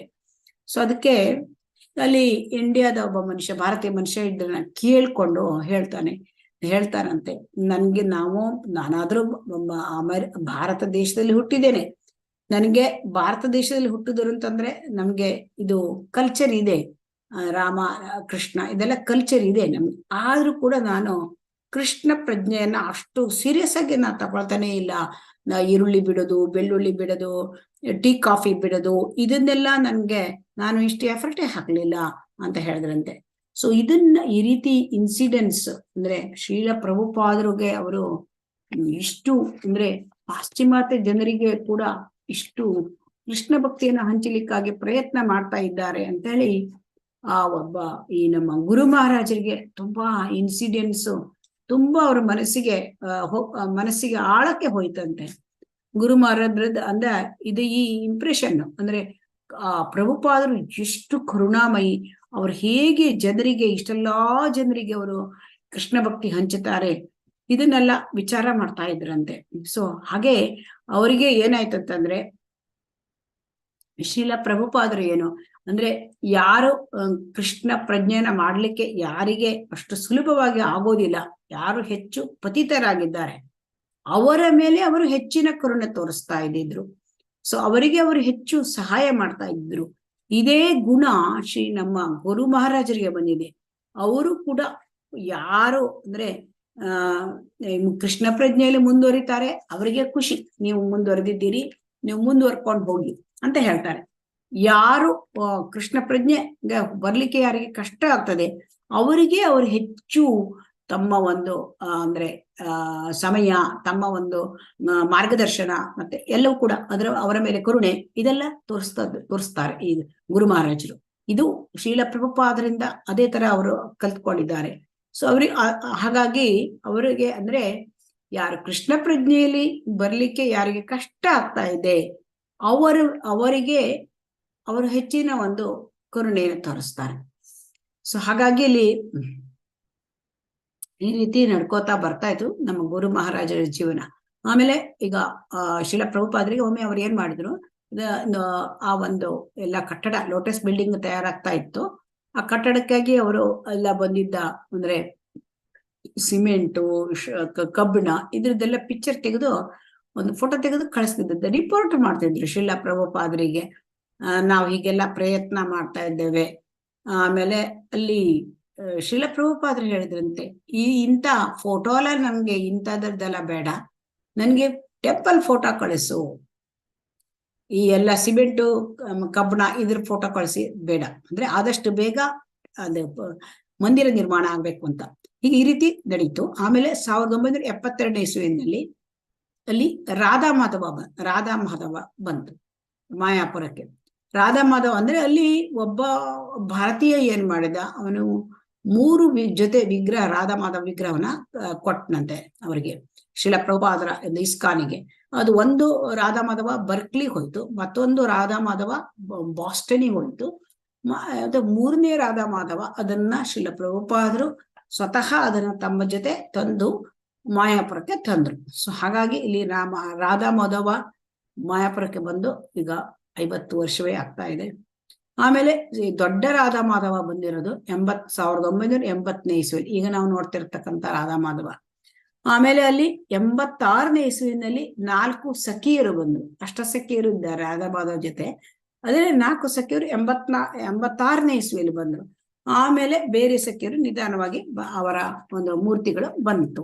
ಸೊ ಹಾಗಾಗಿ ಇಲ್ಲಿ ಎಷ್ಟೋ ಅಂದ್ರೆ ಮಾಯಾಪುರದ ಬೆಳವಣಿಗೆಗಾಗಿ ಮಾಯಾಪುರದ ಯಾವ ತರ ಮಾಡ್ಬೇಕು ಎಷ್ಟೋ ವಿಚಾರಗಳನ್ನು ಶ್ರೀಲ ಪ್ರಭುಪಾದರು ಗುರು ಮಹಾರಾಜರಿಗೆ ಹೇಳಿದ್ದಾರೆ. ಮತ್ತು ಗುರು ಮಹಾರಾಜರು ಅದನ್ನೆಲ್ಲ ಸಣ್ಣ ಪುಟ್ಟ ವಿಚಾರಗಳನ್ನೆಲ್ಲ ಕೂಡ ಅವರು ತಮ್ಮ ಒಂದು ಇದಕ್ಕೆ ಗಮನಕ್ಕೆ ತುಂಬಾ ಎಚ್ಚರಿಕೆಯಿಂದ ಅದನ್ನು ಹಿಡ್ಕೊಂಡು ಮಾಡ್ತಾ ಇದ್ದಿದ್ದು. ಸೊ ಈಗ ಈ ರೀತಿ ಎಲ್ಲ ಶ್ರೀಲ ಪ್ರಭುಪಾದರು ಏನ್ ಇನ್ಸ್ಟ್ರಕ್ಷನ್ ಕೊಟ್ಟಿದ್ದಾರೆ ಅದನ್ನೆಲ್ಲ ಕೂಡ ಫಾಲೋ ಮಾಡ್ತಾ ಇದ್ದಿದ್ರು.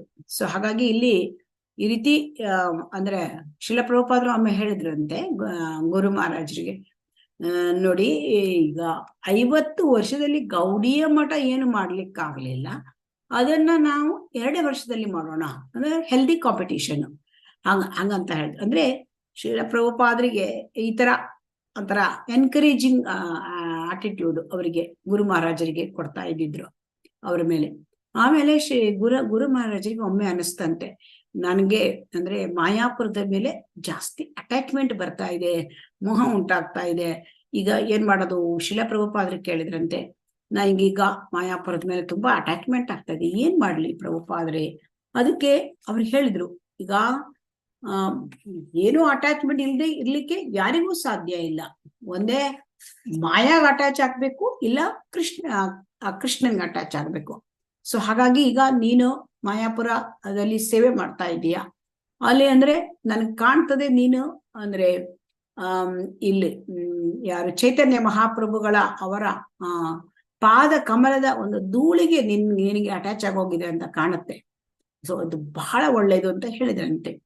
ಆಮೇಲೆ ತುಂಬಾ ಅವರನ್ನು ಕೂಡ ಹೊಗಳಿದ್ರಂತೆ ಜಯಪತಾಕ ಸ್ವಾಮಿ ಮಹಾರಾಜನ್ನ. ನೀವು ಚೆನ್ನಾಗಿ ನಡ್ಸ್ಕೊಂಡು ಬರ್ತಾ ಇದೀಯಾ, ಇಲ್ಲಿ ಮಾಯಾಪುರದಲ್ಲಿ ಯಾವ ರೀತಿಯ ಒಂದ್ ರೀತಿ ಇದೆಲ್ಲ ಇಲ್ಲ, ಪ್ರಾಬ್ಲಮ್ಸು ಅಥವಾ ಒಂದ್ ರೀತಿ ಒಳ ಜಗಳ ಇದ್ಯಾವುದು ನಂಗೆ ಇಲ್ಲ, ತುಂಬಾ ಚೆನ್ನಾಗಿ ನೀನ್ ಮಾಡ್ಕೊಂಡು ಬರ್ತಾ ಇದೀಯಾ ಅಂತ ನಂಗೆ ಖುಷಿ ಆಯ್ತು ಅಂತ ಅಂದ್ರೆ ಸಂತೋಷ ಆಗ್ತಾ ಇದೆ ಅಂತ ಅವ್ರಿಗೆ ಹೇಳಿದ್ರಂತೆ. ಮತ್ತೆ ಅವರಿಗೆ ಹೇಳಿದ್ರು, ಅಂದ್ರೆ ನೀವು ಸ್ವಲ್ಪ ಅಂದ್ರೆ ಗೊಂಬೆ ಮಾಡೋದೆಲ್ಲ ಕಳಿಸ್ಕೊಡ್ಬೇಕು ನಿಮ್ಮ ಶಿಷ್ಯಂದರಿಗೆ, ಅಂದ್ರೆ ನಿಮ್ಮ ಭಕ್ತಾದಿಗಳಿಗೆ ಅಂತ ಹೇಳಿದ್ರು. ಅಂದ್ರೆ ಅಲ್ಲಿ ಭಕ್ತಿ ಸಿದ್ಧಾಂತ ಸರಸ್ವತಿ ಥಾಕೂರ್ ಅವರಿಗೆ ಅದು ಡಾಲ್ ಮೇಕಿಂಗ್ ಮಾಡಿ ಅಂದ್ರೆ ಚೈತನ್ಯ ಮಹಾಪ್ರಭುಗಳಾದ ಲೀಲೆಗಳನ್ನೆಲ್ಲ ಮಾಡೋದು ಅದು ತುಂಬಾ ಇಷ್ಟ ಇರ್ತಿತ್ತಂತೆ. ಸೊ ಹಾಗಾಗಿ ಅದನ್ನೆಲ್ಲ ನೀವು ಮಾಡಿ ಅಂತ ಶ್ರೀಲ ಪ್ರಭುಪಾದರು ಗುರು ಮಹಾರಾಜರಿಗೆ ಇನ್ಸ್ಟ್ರಕ್ಷನ್ ಕೊಟ್ರು. ಸೊ ಆಮೇಲೆ ಮತ್ತೆ ಹೇಳಿದ್ರು ಅವರು, ಇದು ಮಾಯಾಪುರದ ದೇವಸ್ಥಾನಕ್ಕೆ ಅವರು ಚೈತನ್ಯ ಚಂದ್ರೋದಯ ಮಂದಿರ ಅಂತ ಹೆಸರು ಇಡಬೇಕು.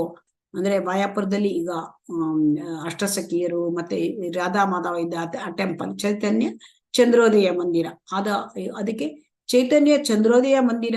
ಅದಕ್ಕೆ ಏನಂತಂದ್ರೆ ಈಗ್ಲಿಂದನೇ ನೀನು ಆ ತರ ಎಲ್ಲ ಚೈತನ್ಯ ಚಂದ್ರೋದಯ ಮಂದಿರ ಅಂತ ಎಲ್ಲಾ ಕಡೆಗೂ ಅದನ್ನ ಹೇಳ್ತಾ ನೀನು ಆಚರಣೆಗೆ ತರಬೇಕು ಹೀಗೆ ಹೇಳಿದ್ರು. ಹೀಗೆ ಅದು ಚೈತನ್ಯ ಚಂದ್ರೋದಯ ಮಂದಿರ ಆಯ್ತು.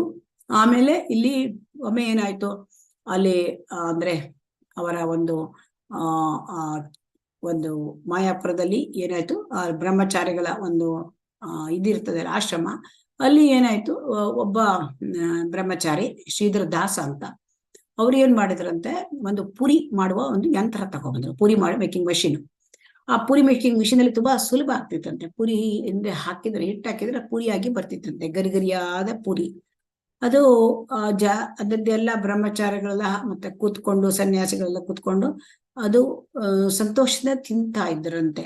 ಈಗ ಪ್ರಭುಪಾದರು ಅದು ಆ ಒಂದು ಹಟ್ಟಲ್ಲಿ ಕೂತ್ಕೊಂಡು ಅದನ್ನು ನೋಡಿದ್ದಾರೆ. ಅದನ್ನ ನೋಡಿದ್ದು ಅವರಿಗೆ ಅವರು ಜಯಪತಾಕ ಸ್ವಾಮಿ ಮಹಾರಾಜ್ ಹತ್ರ ಹೇಳಿದ್ರಂತೆ, ನೋಡಿ ಇದು ಸರಿಯಲ್ಲ, ಸನ್ಯಾಸಿಗಳು ಈ ತರ ಅಂದ್ರೆ ಸಿಂಪಲ್ ಲೈಫ್ ಲೀಡ್ ಮಾಡ್ಬೇಕು, ಈ ರೀತಿಯಾಗಿ ಅವರು ಮಾಡೋಂಗಿಲ್ಲ ಅಂತ ಹೇಳಿದ್ರಂತೆ. ಅಂದ್ರೆ ಈಗ ಏನಾಗುತ್ತೆ ಅಂತಂದ್ರೆ ಆವಾಗಿನ ಕಾಲದಲ್ಲಿ ಆ ತರ ಇತ್ತು, ಈಗಿನ ಕಾಲದಲ್ಲಿ ಹೀಗೆ ಬೇರೆ ಇದೆ. ಯಾಕೆಂತಂದ್ರೆ ಅಲ್ಲಿ ಏನಂದ್ರೆ ಅಲ್ಲಿ ಕೆಲವರು ಪ್ರಶ್ನೆ ಮಾಡ್ಬೋದು, ಯುಕ್ತ ವೈರಾಗ್ಯ ಅಂದ್ರೆ ಎಲ್ಲದನ್ನು ಕೂಡ ಯುಟಿಲಿಟಿ ಇಸ್ ದ ಪ್ರಿನ್ಸಿಪಲ್, ಎಲ್ಲದನ್ನು ಕೂಡ ಭಗವಂತನ ಸೇವೆಗೆ ಬಳಸೋದು. ಹಾಗಾಗಿ ಇದನ್ನು ಪ್ರಸಾದಕ್ಕೆ ಮಾಡಿಸಿದ್ರೆ ಯಾಕೆ ತಪ್ಪು, ಈ ತರ ಪ್ರಶ್ನೆಗಳಿಗೆ ಬರಬಹುದು. ಅದಕ್ಕೆ ಏನಾಗ್ತಿತ್ತು ಅಂತಂದ್ರೆ ಶ್ರೀಲ ಪ್ರಭುಪಾದರು ಹೇಳಿದ್ರಂತೆ, ನೀವು ಕಷ್ಟದ ದಾರಿಯನ್ನು ತೆಗೆದುಕೊಳ್ಳಿ, ಎಲ್ಲಿಗೆ ನಿಮ್ಮ ಗುರಿ ಸಾಧಿಸ್ಲಿಕ್ಕೆ ಕಷ್ಟದ ದಾರಿಯನ್ನು ತೆಗೆದುಕೊಳ್ಳಿ. ನೀವು ಹಾಗಿದ್ರೆ ನೀವು ಗುರಿ ಸಾಧಿಸ್ತೀರಿ. ನೀವು ಕಷ್ಟದ ದಾರಿ ತೆಗೆದುಕೊಳ್ಳದೆ ನೀವು ಸುಲಭದ ದಾರಿಯನ್ನು ನೀವು ಹಿಡ್ಕೊಂಡ್ರೆ ನೀವು ಗುರಿಯೇ ನಿಮಗೆ ಕಾಣೋದಿಲ್ಲ. ಹಾಗಾಗಿ ನಿಮಗೆ ಗುರಿ ಸಿಗದಿದ್ರೆ ಸುಲಭದ ದಾರಿ ತಕೊಂಡು ಏನು ಪ್ರಯೋಜನ? ಸೊ ಹಾಗಾಗಿ ನಾವು ಇಲ್ಲಿ ಶ್ರೀಲ ಪ್ರಭುಪಾದರು ಯಾಕೆ ಆ ಪೂರಿ ಮಾಡುವ ಮಿಷಿನಿಗೆ ಆಗ ಬೇಡ ಹೇಳಿದ್ರು ಅಂತ ಹೇಳಿ ನಾವು ವಿಚಾರ ಅಂದ್ರೆ ಕೆಲವರಿಗೆ ಆತರ ಕ್ವಶನ್ ಬರ್ಬೋದು. ಈಗ ನೋಡಿ ಎಲ್ಲಾ ಕಡೆಗೂ ಎಲ್ಲಾ ಇಸ್ಕಾನ್ ಮಂದಿರದಲ್ಲೂ ಸುಮಾರು ಎಲ್ಲ ಮೆಷಿನರೀಸೇ ಯೂಸ್ ಮಾಡ್ತಾರೆ, ಅಂದ್ರೆ ಕಿಚನ್ ನಲ್ಲಿ. ಸೊ ಹಾಗಾಗಿ ಅಲ್ಲಿ ಯಾಕೆ ಈಗ ಏನಾಗಿದೆ ಅಂತಂದ್ರೆ ಇಸ್ಕಾನ್ ನಲ್ಲಿ ಕೆಲಸಗಳು ಜಾಸ್ತಿ ಆಗಿದೆ. ಅಂದ್ರೆ ಅವಾಗ ಸ್ವಲ್ಪನೇ ಬ್ರಹ್ಮಚಾರಿ, 20 ಜನ 15 ಜನ ಇದ್ರೆ ಅವರಿಗೆ ಅಷ್ಟು ಕೆಲಸ ಮಾಡ್ಲಿಕ್ಕೆ ಬೇರೆ ಇರ್ಲಿಲ್ಲ. ಅವಾಗ ಅವರು ಸೋಮಾರಿಗಳಾಗ್ಬಿಡ್ತಾರೆ ಅಂತ ಹೇಳಿ ಶ್ರೀಲ ಪ್ರಭುಪಾದರು ವಿಚಾರ ಮಾಡಿದ್ರು, ಹಾಗಾಗಿ ಬೇಡ ಹೇಳಿದ್ರು. ಆದ್ರೆ ಈಗೇನಾಗಿದೆ, 100 ಬ್ರಹ್ಮಚಾರಿ ಇದ್ರು ಕೂಡ ಪ್ರತಿಯೊಬ್ರು ಕೂಡ ಬೇರೆ ಬೇರೆ ಅದರಲ್ಲಿ ತುಂಬಾ ಬ್ಯುಸಿ ಆಗಿರ್ತಾರೆ. ಕೆಲವರು ಅಂದ್ರೆ ಪ್ರೀಚಿಂಗ್ ಪ್ರೋಗ್ರಾಮು, ಕೆಲವರು ಬುಕ್ ಡಿಸ್ಟ್ರಿಬ್ಯೂಷನ್ ಪ್ರೋಗ್ರಾಮು, ಈ ರೀತಿ ಎಷ್ಟೆಷ್ಟೋ ಡಿಪಾರ್ಟ್ಮೆಂಟ್ಗಳು. ಸೊ ಹಾಗಾಗಿ ಇಲ್ಲಿ ಏನಾಗುತ್ತೆ, ಇಲ್ಲಿ ಈಗ ಕಾಲ ಬದಲಾವಣೆ ಆಗಿದೆ. ಸೊ ಹಾಗಾಗಿ ಕಾಲಕ್ಕೆ ತಕ್ಕಂತೆ ಆ ತರ ಎಲ್ಲ ಒಂದು ನಿರ್ಧಾರವನ್ನ ಶ್ರೀಲ ಪ್ರಭುಪಾದರು ಮಾಡ್ಕೊಂಡ್ರು. ಸೊ ಹಾಗಾಗಿ ಇದರಲ್ಲಿ ಯಾವ ರೀತಿಯ ಒಂದು ಶ್ರೀಲ ಪ್ರಭುಪಾದರ ವಿಚಾರ ಹೇಗಿತ್ತು ಅಂದ್ರೆ ಅಲ್ಲಿ ಬ್ರಹ್ಮಚಾರಿಗಳು ಅವರು ಅಂದ್ರೆ ಅಲ್ಲಿ ಸೋಮಾರಿಗಳಾಗಬಾರ್ದು, ಅವರಿಗೆ ಲೇಜಿನೆಸ್ ಬರಬಾರ್ದು ಅಂತ ಇತ್ತು. ಆಮೇಲೆ ಒಮ್ಮೆ ಒಂದು ಇನ್ಸಿಡೆಂಟ್ ನಡೆಯಿತು. ಅಂದ್ರೆ ಏನಂತಂದ್ರೆ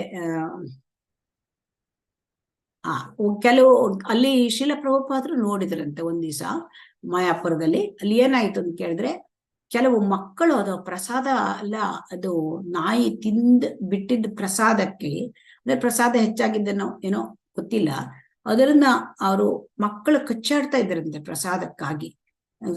ಎಲ್ಲ ಲೆಫ್ಟ್ ಓವರ್ ಅಂದ್ರೆ ಅದು ಬಿಟ್ಟ ಪ್ರಸಾದ, ಅದು ಉಳಿದು ಪ್ರಸಾದಕ್ಕಾಗಿ ಕೆಲವು ಮಕ್ಕಳು ಅಂದ್ರೆ ಅಂದ್ರೆ ತುಂಬಾ ಬಡ ಮಕ್ಕಳು ಅವ್ರು ಕಚ್ಚಾಡದನ್ನೇ ಇವರು ನೋಡಿದರು.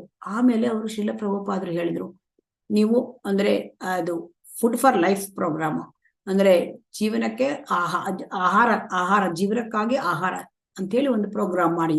ಯಾಕಂದ್ರೆ ಯಾರು ಕೂಡ ಈ ಹಸಿವಿನಿಂದ ಇರಬಾರ್ದು, ಎಲ್ಲರಿಗೂ ಕೂಡ ಒಂದು ಟೆಂಪಲ್ ಇದ್ರೆ 10 ಕಿಲೋಮೀಟರ್ ದೂರದಲ್ಲಿ ಎಲ್ಲರಿಗೂ ಕೂಡ ಪ್ರಸಾದ ಸಿಕ್ಬೇಕು ಅಂತ ಹೇಳಿದ್ರಂತೆ. ಸೊ ಹೀಗಾಗಿ ಅಲ್ಲಿ ಫುಡ್ ಫಾರ್ ಲೈಫ್ ಪ್ರೋಗ್ರಾಮ್ ಕೂಡ ಸ್ಟಾರ್ಟ್ ಮಾಡಿದ್ರು ಗುರು ಮಹಾರಾಜರು.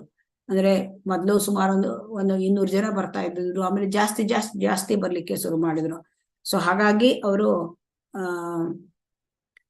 ಈ ರೀತಿಯಾದ ಒಂದು ಫುಡ್ ಫಾರ್ ಪ್ರೋಗ್ರಾಮ್ ಮಾಡಿದ್ರು. ಆಮೇಲೆ ಇನ್ನೊಂದು ಏನಾಯ್ತು ಅಂತಂದ್ರೆ, ಆ ಯೋಗ ಪೀಠದಲ್ಲಿ ಅಲ್ಲಿ ಒಂದು ಸಾರಿ ಶಿಲ ಪ್ರಭುಪಾದ ಹೋದಾಗ ನೋಡಿದ್ರು, ಅಲ್ಲಿ ಭಕ್ತಿವಿನೋದ್ ಠಾಕೂರರ ಒಂದು ಸ್ಟ್ಯಾಚ್ಯೂ ಅಂದ್ರೆ ಇಟ್ಟಿದ್ರು. ಅಂದ್ರೆ ಆ ಯೋಗ ಪೀಠದ ಎಂಟ್ರನ್ಸ್ ಅಲ್ಲಿ ಇಟ್ಟಿದ್ರಂತೆ, ಅದೇ ಒಂದ್ ಸೈಡ್ಗೆ ಲೆಫ್ಟ್ ಸೈಡ್ಗೆ ಇಟ್ಟಿದ್ರು. ಸೊ ಹಾಗಾಗಿ ಅಲ್ಲಿ ಹೇಳಿದ್ರಂತೆ, ನೀವು ಯಾಕೆ ಇಲ್ಲಿ ಗೇಟ್ ಹತ್ರ ಇಟ್ಟಿದ್ದೀರಿ, ಮೇನ್ ಎಂಟ್ರೆನ್ಸ್ ಗೇಟ್ ಹತ್ರ ಯಾಕೆ ಇಟ್ಟಿದ್ದೀರಿ ನೀವು? ಅವರಿಗೆ ಹೆಚ್ಚಿನ ಗೌರವ ಕೊಡ್ಬೇಕು, ಮತ್ತೆ ಅವರಿಗೆ ಈ ರೀತಿ ಬಾಗಲಕಾಯಿ ಅವ್ರ ತರ ಸೈಡಲ್ಲಿ ಇಟ್ಟಿದ್ದೀರಿ, ಅವ್ರಿಗೆ ಒಳ್ಳೆ ಸ್ಥಾನ ಕೊಡಬೇಕು ಅಂತ ಹೇಳಿದ್ರಂತೆ. ಹೀಗೆ ಪ್ರಭುಪಾದರು ಪ್ರತಿಯೊಂದು ವಿಚಾರದಲ್ಲೂ ಕೂಡ ಅವರಿಗೆ ಇನ್ಸ್ಟ್ರಕ್ಷನ್ ಅನ್ನ ಕೊಡ್ತಾನೆ ಇದ್ದಿದ್ರು ಮಾಯಾಪುರದಲ್ಲಿ. ಆಮೇಲೆ ಈಗ ಮತ್ತೊಂದು ಪ್ರೋಗ್ರಾಮ್ ಶುರು ಮಾಡಿದ್ರು, ನಿತಾಯ್ ಪದಕಮಲ ಅಂತ. ನಿತಾಯ್ ಪದಕಮಲ ಅದೊಂದು ಬೋಟ್ ಅಂದ್ರೆ ಇದು ದೋಣಿ, ಅದರಲ್ಲಿ ಏನಿರ್ತಿತ್ತು ಅಂತ, ನಿತಾಯ್ ಪದಕಮಲದಲ್ಲಿ ಮೂರ್ತಿಗಳನ್ನು ಕೂಡ ಅಲ್ಲಿ ಇಟ್ಕೊಂಡಿದ್ರು. ಮತ್ತೆ ಅದು ಒಂದು ಆ ಮೂರ್ತಿ ಜೊತೆಗೆ ಅಲ್ಲಿ ಪ್ರಸಾದ ಕೂಡ ಅಲ್ಲಿ ಅಂದ್ರೆ ಗೌರಿ ನಿತಾಯ್ ಮೂರ್ತಿ ಮತ್ತೆ ಅಲ್ಲಿ ಪ್ರಸಾದ ಹಂಚುತ್ತಾ ಇದ್ದಿದ್ರು. ಸೊ ಅದೇನಾಗ್ತಿತ್ತು, ಆ ಬೋಟು ಹಳ್ಳಿಯಿಂದ ಹಳ್ಳಿಗೆ ಹೋಗ್ತಾ ಇದ್ರು ಇದ್ರ ಮೇಲೆ, ನದಿ ಮೇಲೆ. ಸೊ ಇದರಿಂದ ಹಳ್ಳಿ ಜನರಿಗೆಲ್ಲ ಏನಾಗ್ತಿತ್ತು, ಖುಷಿ ಆಗ್ತಾ ಇತ್ತು. ಜನ ಬಂದು ಭಗವಂತನ ದರ್ಶನ ತಗೊಳ್ತಿದ್ರು, ಪ್ರಸಾದ ತಗೊಳ್ತಿದ್ರು. ಮತ್ತೆ ಪ್ರಭುಪಾದರಿಗೆ ತುಂಬಾ ಖುಷಿ ಆಯ್ತಂತೆ ಇದು ನಿತಾಯ್ ಪದಕಮಲ ಬೋಟ್. ಆಮೇಲೆ ಅಲ್ಲಿ ಬೋಟಲ್ಲಿ ಅವರು ಶಿಲ ಪ್ರಭುಪಾದ ಅದಕ್ಕೆ ಜಾಲಿ ಬೋಟ್ ಅಂತ ಕರೀತಾರೆ. ಅಂದ್ರೆ ಆ ಬೋಟಲ್ಲಿ ಕೆಲಸ ಮಾಡುವತಕ್ಕಂತ ಭಕ್ತಾದಿಗಳು ಕೂಡ ಅವರು ಕೂಡ ತುಂಬಾ ಖುಷಿಯಾಗಿರ್ತಾರೆ, ಜಾಲಿ ಇರ್ತಿದ್ರು. ಸೊ ಹಾಗಾಗಿ ಇದನ್ನೆಲ್ಲ ಆಮೇಲೆ ಈ ರೀತಿ ಅನೇಕ ಪ್ರೋಗ್ರಾಮ್ಗಳನ್ನ ಹಂಚ್ಕೊಂಡು, ಅಂದ್ರೆ ಅದನ್ನ ಗುರು ಮಹಾರಾಜರು ಪ್ರೋಗ್ರಾಮ್ ಎಲ್ಲ ಮಾಡ್ತಾ ಇದ್ರು. ಆಮೇಲೆ ಏನಾಯ್ತು, ಅವರು ಪ್ರತಿಯೊಂದು ಕೂಡ ತಾವು ಮಾಡಿದ್ದನ್ನ ಶಿಲ ಪ್ರಭುಪಾದರಿಗೆ ರಿಪೋರ್ಟ್ ಮಾಡ್ತಾ ಇದ್ರು. ಇಷ್ಟ ಆಯ್ತು, ಇಷ್ಟ ಆಯ್ತು. ಆಮೇಲೆ ಗೀತಾ ಜ್ಞಾನ ಅಂತ ಕೆಲವೊಂದು ಪುಸ್ತಕ ಇತ್ತು ಒಂದು, ಅದನ್ನ ಇವತ್ತು 250 ಬುಕ್ ಡಿಸ್ಟ್ರಿಬ್ಯೂಟ್ ಆಯ್ತು. ಇವತ್ತು 3 ಜನ ಡಿವೋಟೀಸ್ ಅವರು ಇದು ಮಾಡ್ಕೊಂಡ್ರು, ಅಂದ್ರೆ ಅಲ್ಲಿ ಬ್ರಹ್ಮಚಾರಿ ಆದ್ರು. ಹೀಗೆಲ್ಲ ಎಲ್ಲಾ ರಿಪೋರ್ಟ್ ಕೂಡ ಅವ್ರು ಕಳಿಸ್ತಾ ಇದ್ರಂತೆ. ಕಾಲಕ್ಕೆ ತಕ್ಕಂತೆ ಶಿಲ ಪ್ರಭುಪಾದರಿಗೆ ಮಾಯಾಪುರದಲ್ಲಿ ಏನ್ ನಡೀತಾ ಇದೆ ಅದರಿಂದ ತಿಳಿಸ್ತಾ ಇದ್ದಿದ್ರು. ಆಮೇಲೆ ಶಿಲ ಪ್ರಭುಪಾದರಿಗೆ ಈಗ ಪ್ರಭುಪಾದರು ಅದು ವೇದಿಕ್ ಪ್ಲಾನೆಟೋರಿಯಂ ಬಗ್ಗೆ ಜಯಪತಾಕ ಸ್ವಾಮಿ ಹತ್ರ ಡಿಸ್ಕಷನ್ ಮಾಡ್ತಿದ್ರು, ಅಂದ್ರೆ TOBP ಬಗ್ಗೆ ಆಗಿ.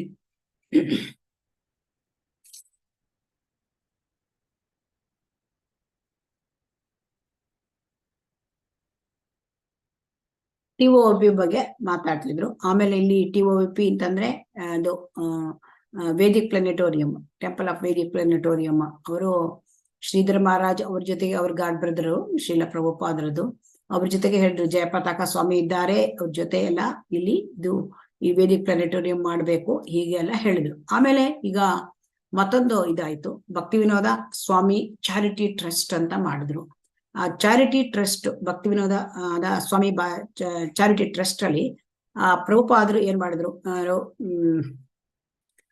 ಅಲ್ಲಿ ನಮ್ಮ ಜಯಪತಾಕ ಗುರು ಮಹಾರಾಜ್ ಏನ್ ಮಾಡಿದ್ರು ಅಂದ್ರೆ, ಅಲ್ಲಿ ಚಾರಿಟಿ ಟ್ರಸ್ಟ್ ಇದ್ರ ಪ್ರಕಾರ ಅವರು ನವದ್ವೀಪ ಮಂಡಲ ಪರಿಕ್ರಮ, ನವದ್ವೀಪ ಮಂಡಲದ ಪರಿಕ್ರಮ ಅಲ್ಲಿ ಆ ಪರಿಕ್ರಮದಲ್ಲಿ ತುಂಬಾ ಪ್ರೋಗ್ರಾಮ್ಸ್ ಇಟ್ಕೊಳ್ತಿದ್ರು.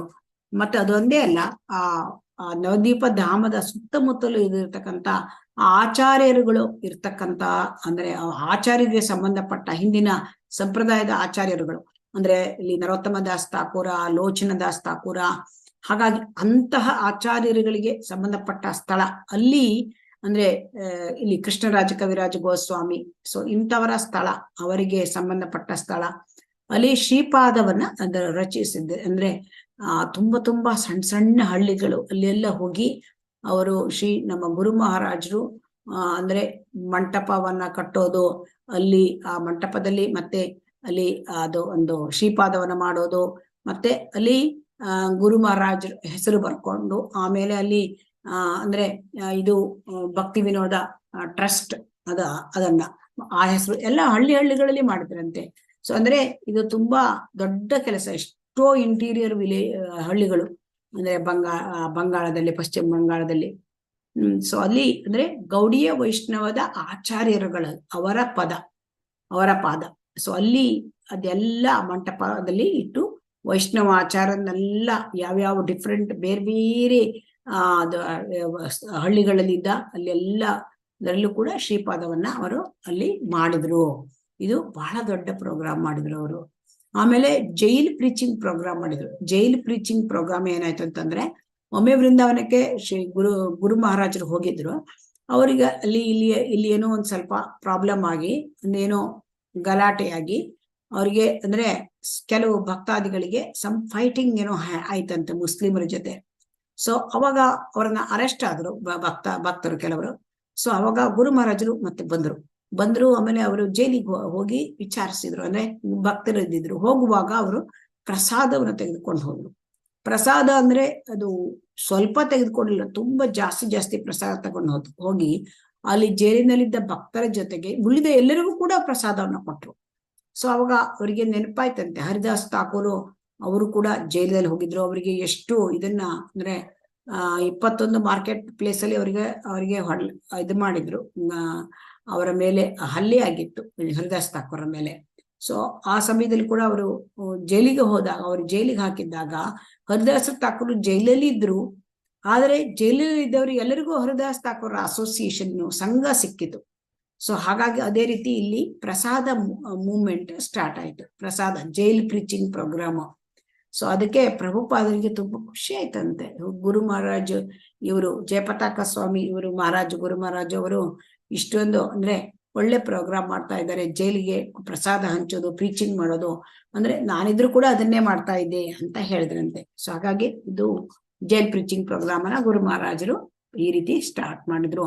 ಆಮೇಲೆ 1977ನೇ ಇಸ್ವಿಯಲ್ಲಿ ಗುರು ಮಹಾರಾಜರು GBC ಮೆಂಬರ್ ಆದ್ರು. GBC ಮೆಂಬರ್ ಮಾಡ್ಬೇಕು, ಗುರು ಮಹಾರಾಜಿಗೆ ಒಂದು ವೇಕೆನ್ಸಿ ಆಯ್ತಂತೆ.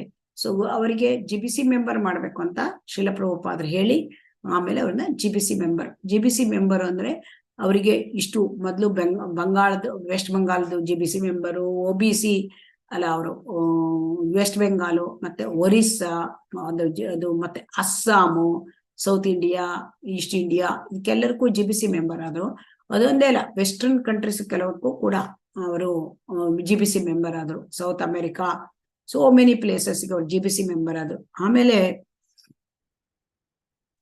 ಗುರು ಮಹಾರಾಜರಿಗೆ ಶ್ರೀಲ ಪ್ರಭುಪಾದರು ಹೇಳಿದ್ರಂತೆ, ಅಂದ್ರೆ ಶ್ರೀಲ ಪ್ರಭುಪಾದರು ಆಲ್ರೆಡಿ 11 ಜನರನ್ನ ಅವರು ಇದರಲ್ಲಿ ಸೆಲೆಕ್ಟ್ ಮಾಡ್ಕೊಂಡಿದ್ರು. ಅಂದ್ರೆ 11 ಜನರನ್ನ ಏನಂತಂದ್ರೆ ಈ ರೀತಿ ಮಾಡ್ಬೇಕು ಅಂದ್ರೆ ಅವರಿಗೆ ಶ್ರೀಲ ಪ್ರಭುಪಾದರು ಮುಂದೆ ಅವರಿಗೆ ತಮ್ಮ ಶಿಷ್ಯಂದಿರನ್ನ ಅಂದ್ರೆ ಅವರಿಗೆ ಇದನ್ನ ಅಂದ್ರೆ ಅವರಿಗೆ ಗುರುವಾಗ್ಲಿಕ್ಕೆ ಅಂದ್ರೆ ತಮ್ಮ ಶಿಷ್ಯಂದಿರನ್ನ ಸ್ವೀಕಾರ ಮಾಡ್ಲಿಕ್ಕೆ ಅವರಿಗೆ ಅವರು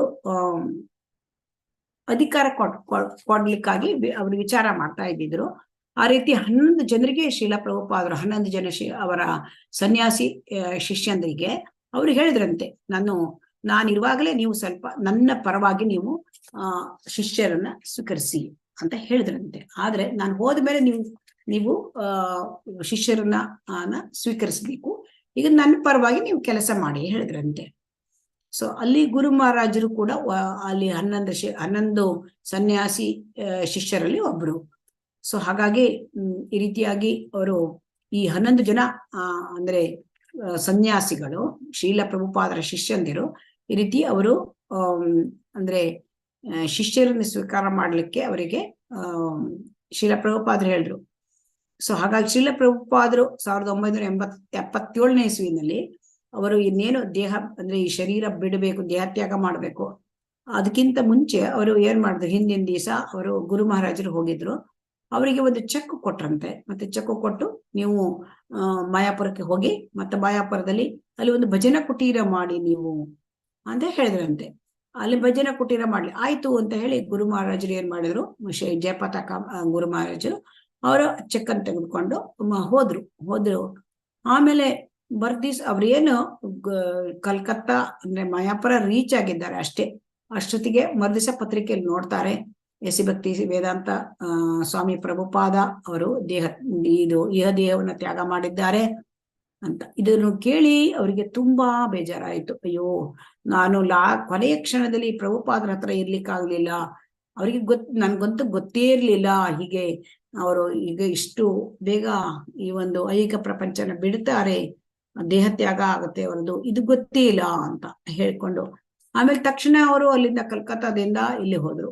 ಅಂದ್ರೆ ಕಲ್ಕತ್ತಾದಿಂದ ಫ್ಲೈಟ್ ತಗೊಂಡು ಅವರು ವೃಂದಾವನಕ್ಕೆ ಹೋದ್ರು. ವೃಂದಾವನಕ್ಕೆ ಹೋಗೋದ್ರಷ್ಟಿಗೆ ಆಲ್ರೆಡಿ ಶ್ರೀಲ ಪ್ರಭುಪಾದರ ಸಮಾಧಿಯನ್ನ ಮಾಡಿದ್ರು.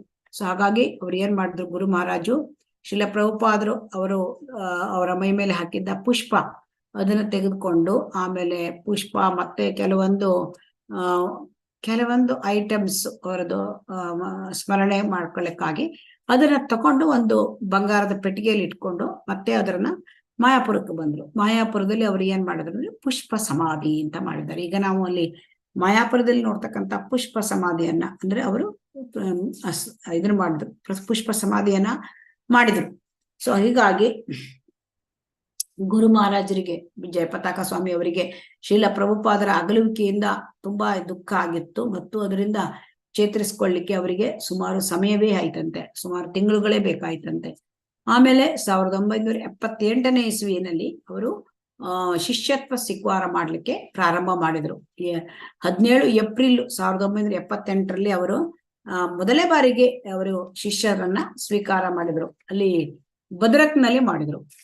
ಅವರಲ್ಲಿ ಮೊಟ್ಟ ಮೊದಲು ಅಂದ್ರೆ ಶಿಷ್ಯತ್ವ ಸ್ವೀಕಾರ ಮಾಡಿದ್ದು ಅಲ್ಲಿ 3 ಜನರನ್ನ, ಪಂಚತತ್ವ ದಾಸು, ರಾಮ ಲಕ್ಷ್ಮಣ ದಾಸು ಮತ್ತೆ ರಾಧಾಕಾಂತ ದಾಸ್ ಅವರಿಗೆ ಎಲ್ಲರಿಗೂ ಕೂಡ ಅವರು ಅಂದ್ರೆ ದೀಕ್ಷೆಯನ್ನ ಕೊಟ್ರು. ಆಮೇಲೆ 2ನೇ ಇನಿಷಿಯೇಷನ್ ಅವರು ಅಂದ್ರೆ ಕಲ್ಕತ್ತಾದಲ್ಲಿ ಮಾಡಿದ್ರು 15 ಜುಲೈನಲ್ಲಿ. 3ನೇ ಇನಿಷಿಯೇಷನ್ ಅವರಿಗೆ 3ನೇ ಆಗಸ್ಟ್ ಅಲ್ಲಿ ಮಾಡಿದ್ರು. ಅದಕ್ಕಿಂತ ಮುಂಚೆ ಶ್ರೀಲ ಪ್ರಭುಪಾದರು ತಾವು ಅಂದ್ರೆ ಕೊನೆಯ ದಿನಗಳಲ್ಲಿ ಅವರಿಗೆ ಹೇಳಿದ್ರು, ನೀವು ಅಂದ್ರೆ ನಾನು 5,000 ಜನರಿಗೆ ನಾನು ಇನಿಷಿಯೇಷನ್ ದೀಕ್ಷೆ ಕೊಟ್ಟಿದ್ದೇನೆ, ನೀವು 10,000 ಮಾಡಿ. 10,000 ಏಕೆ, 50,000 ಮಾಡಿ ಅಂತ ಹೇಳಿದ್ರಂತೆ. ಆಗ ನಮ್ಮ ಗುರು ಮಹಾರಾಜರು ಯಾವಾಗ್ಲೂ ನೆನ್ಪಿಟ್ಕೊಳ್ತಿದ್ರು, ಅಂದ್ರೆ ನಂಗೆ ಶ್ರೀಲ ಪ್ರಭುಪಾದರು ಈ ರೀತಿ ಹೇಳಿದ್ದಾರೆ, ಶ್ರೀಲ ಪ್ರಭುಪಾದರು ನಮ್ಗೆ 50,000 ನನಗೆ 50,000 ಅಂದ್ರೆ ಶಿಷ್ಯಂದ್ರಿಗೆ ನನ್ಗೆ ಸ್ವೀಕಾರ ಮಾಡೋ ಅಂದ್ರೆ ದೀಕ್ಷೆ ಕೊಡು ಅಂತ ಹೇಳಿದ್ದಾರೆ. ಸೊ ಹೀಗಾಗಿ ಅವರು ಅದನ್ನೇ ತಲೆಯಲ್ಲಿ ಇಟ್ಕೊಂಡಿದ್ರು. ಹಾಗಾಗಿ ಈಗ ಅವರು ಆಲ್ರೆಡಿ 51-52,000 ಅದಕ್ಕಿಂತ ಜಾಸ್ತಿ ಕ್ರಾಸ್ ಆಗಿದ್ದಾರೆ ಕಾಣುತ್ತೆ.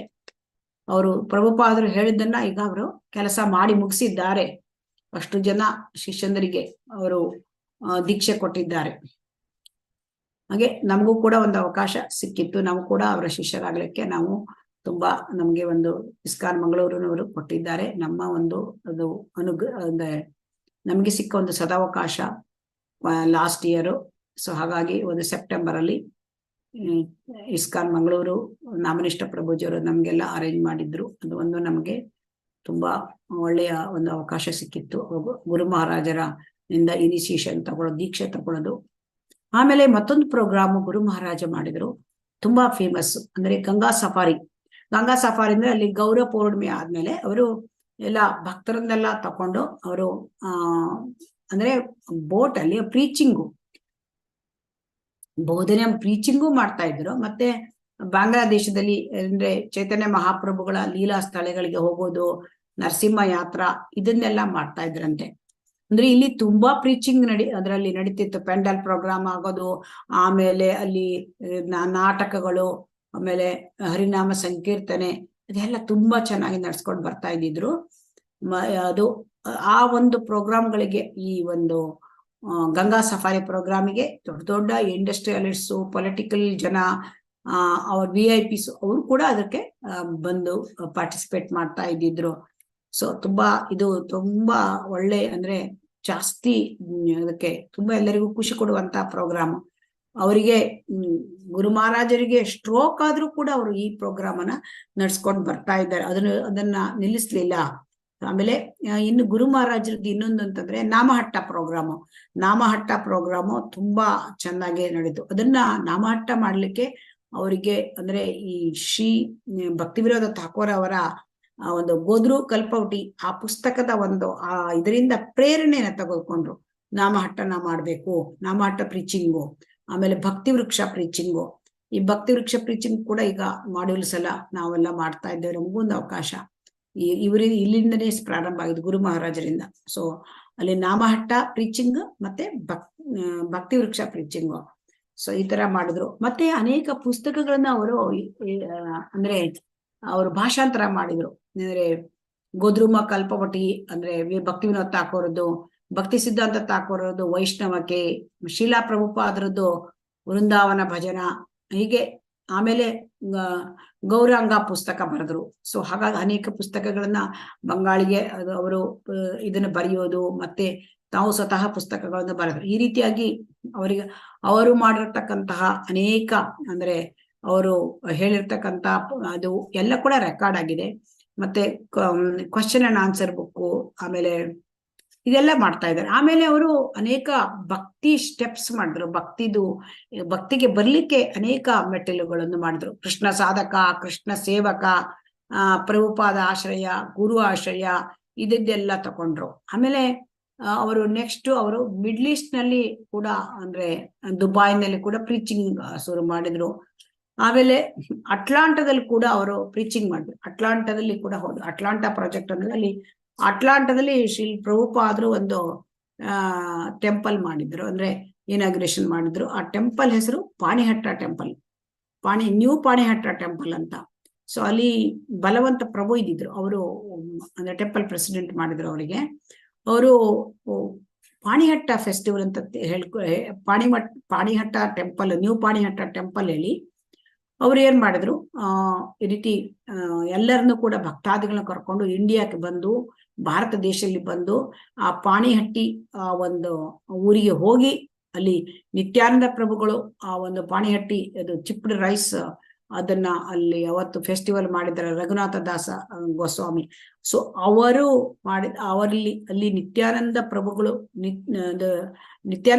ಇದ್ದಿದ್ದ ಆ ಒಂದು ಯಾವ ಒಂದು ಮರದ ಕೆಳಗೆ ಕುಳಿತುಕೊಂಡು ಈ ಒಂದು ಪಾಣಿಹಟ್ಟಿ ಒಂದು ಫೆಸ್ಟಿವಲ್ ಅಲ್ಲಿ ಇದ್ದಿದ್ರು, ಅಲ್ಲಿ ಹೋಗಿ ಮತ್ತೆ ಅವರೆಲ್ಲ ಭಕ್ತಾದಿಗಳು ಅದನ್ನ ಒಂದು ಪಾಣಿಹಟ್ಟಿ ಒಂದು ಫೆಸ್ಟಿವಲ್ ಅದನ್ನ ಸೆಲೆಬ್ರೇಟ್ ಮಾಡಿದ್ರಂತೆ.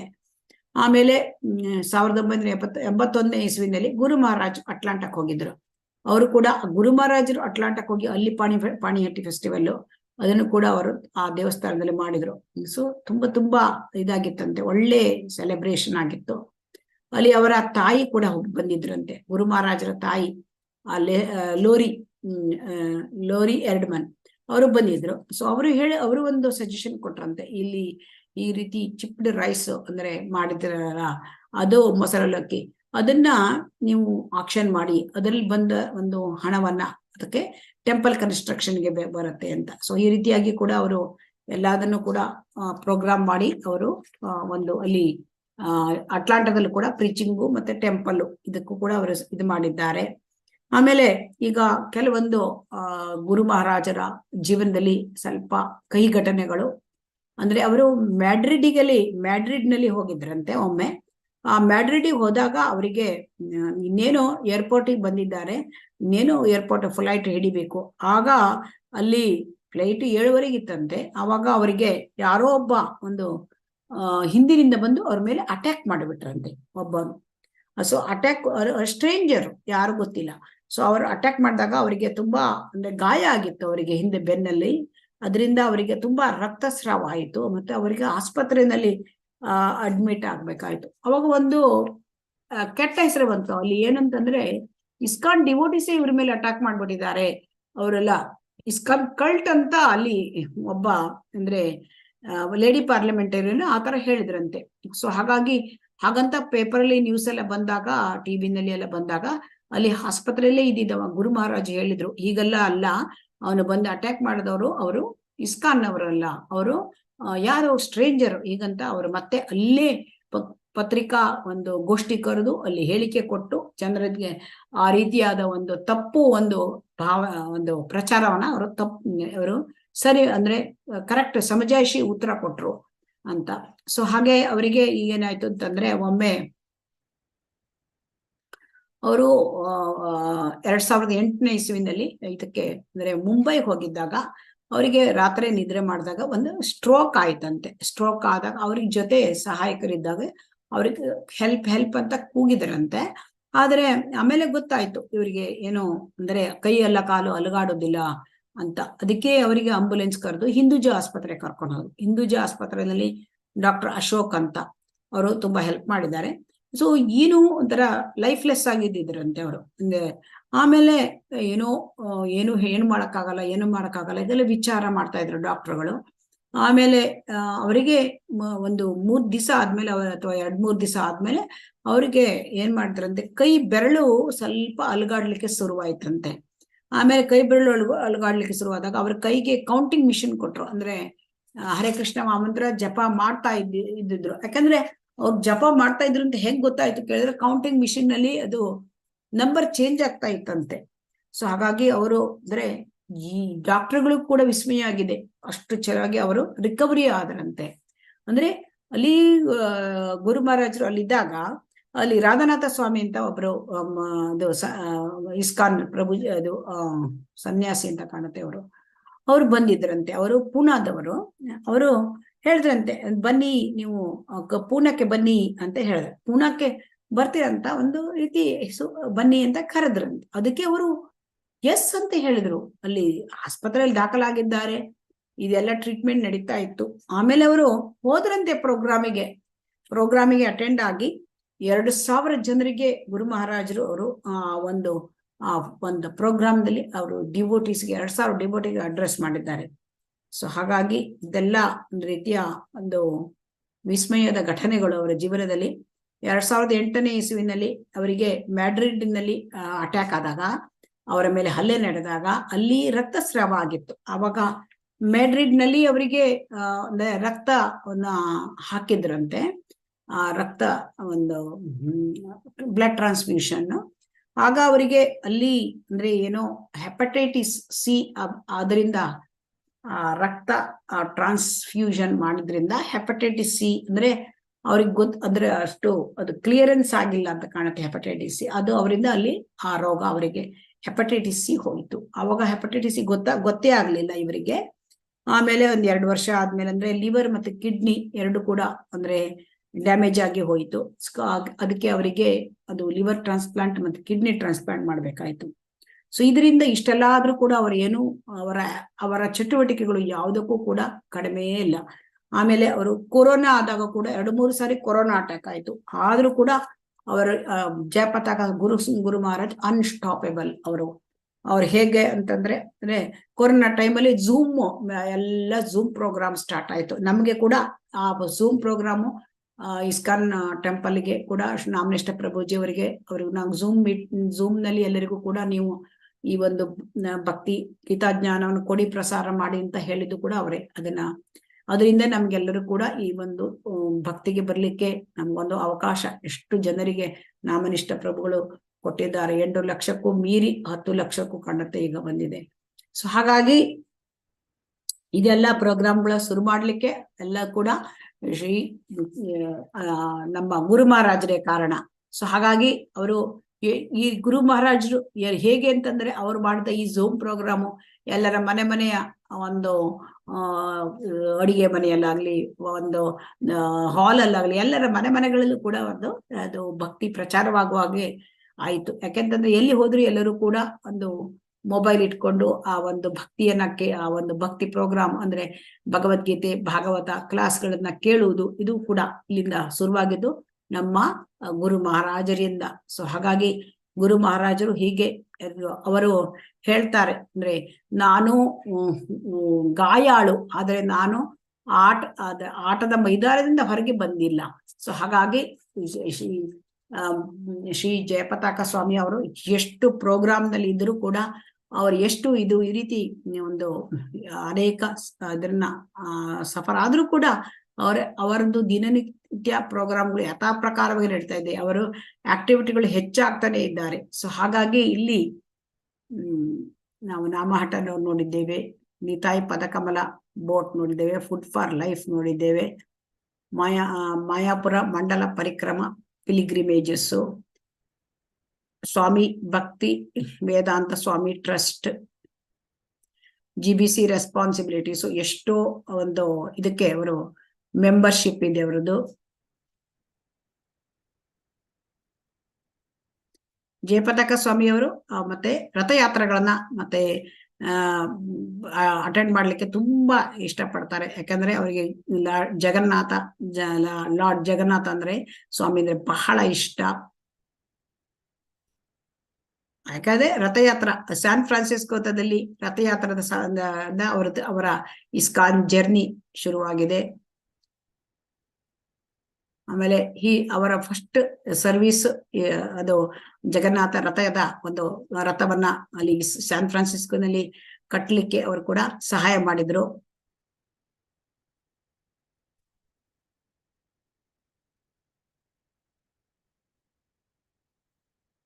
ಆಮೇಲೆ ಸಾರಸ್ವತ ಗೌಡಿಯ ಫ್ಯಾಮಿಲಿ ಕುಟುಂಬ, ಗೌಡಿಯ ಸಾರಸ್ವತ ಎಲ್ಲರನ್ನು ಕೂಡ ಅವರು ಯುನೈಟ್ ಮಾಡಿದ್ದಾರೆ.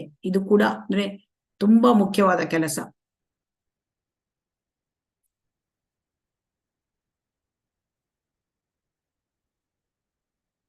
ಅವರು ಗೌಡಿಯ ಮಠದಲ್ಲಿ 2 ತಿಂಗಳಿದ್ರು.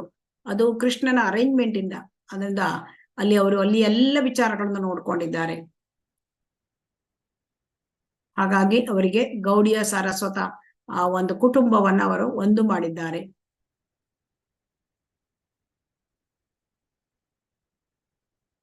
ಶಿಷ್ಯರನ್ನ ಸ್ವೀಕಾರ ಮಾಡೋದು ಕೂಡ ಆಯ್ತು. ಬುಕ್ಸ್ಗಳು, ಅವರು ಬರೆದಿರ್ತಕ್ಕಂಥ ಪುಸ್ತಕಗಳು. ಜಯಪತಾಕ ಸ್ವಾಮಿ ಮಹಾರಾಜರು ಎಷ್ಟು ದೇಶಗಳಿಗೆ ಪ್ರಯಾಣ ಮಾಡ್ತಾ ಇದ್ದಾರೆ ಗುರು ಮಹಾರಾಜರು. ಅಂದ್ರೆ ಅವರಿಗೆ ಟೈಮೇ ಸಿಕ್ಕೋದಿಲ್ಲ ಬರೀಲಿಕ್ಕೆ. ಆದರೂ ಕೂಡ ಅವರು ಎಷ್ಟು ಟ್ರಾನ್ಸ್ಲೇಷನ್ ಅಂದ್ರೆ ಮಾಡಿದ್ದಾರೆ. ಭಕ್ತಿ ಸಿದ್ಧಾಂತ ಸರಸ್ವತಿ ಥಾಕೂರ್ ಅವರ ವೈಷ್ಣವ ಕೆ, ಆಮೇಲೆ ಇಷ್ಟೇ ಎಲ್ಲ ಕೂಡ ಮಾಡಿದ್ದಾರೆ. ತುಂಬಾ ಮಾಡಿದ್ದಾರೆ.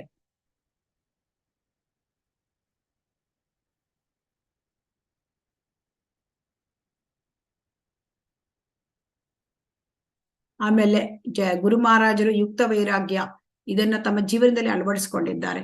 ಎಲ್ಲದನ್ನು ಅಂದ್ರೆ ಈ ಆಧುನಿಕ ಎಲ್ಲ ಏನೇನು ಸವಲತ್ತುಗಳಿವೆ ಅದೆಲ್ಲವನ್ನು ಕೂಡ ಕೃಷ್ಣ ಪ್ರಜ್ಞೆಯನ್ನ ಹರಡಲಿಕ್ಕಾಗಿ ಬಳಸ್ತಾ ಇದ್ದಾರೆ. ಇಮೇಲು ಮತ್ತೆ ಎಲ್ಲ ಜೂಮ್ ಮೀಟಿಂಗ್ಸು ಇದನ್ನೆಲ್ಲ.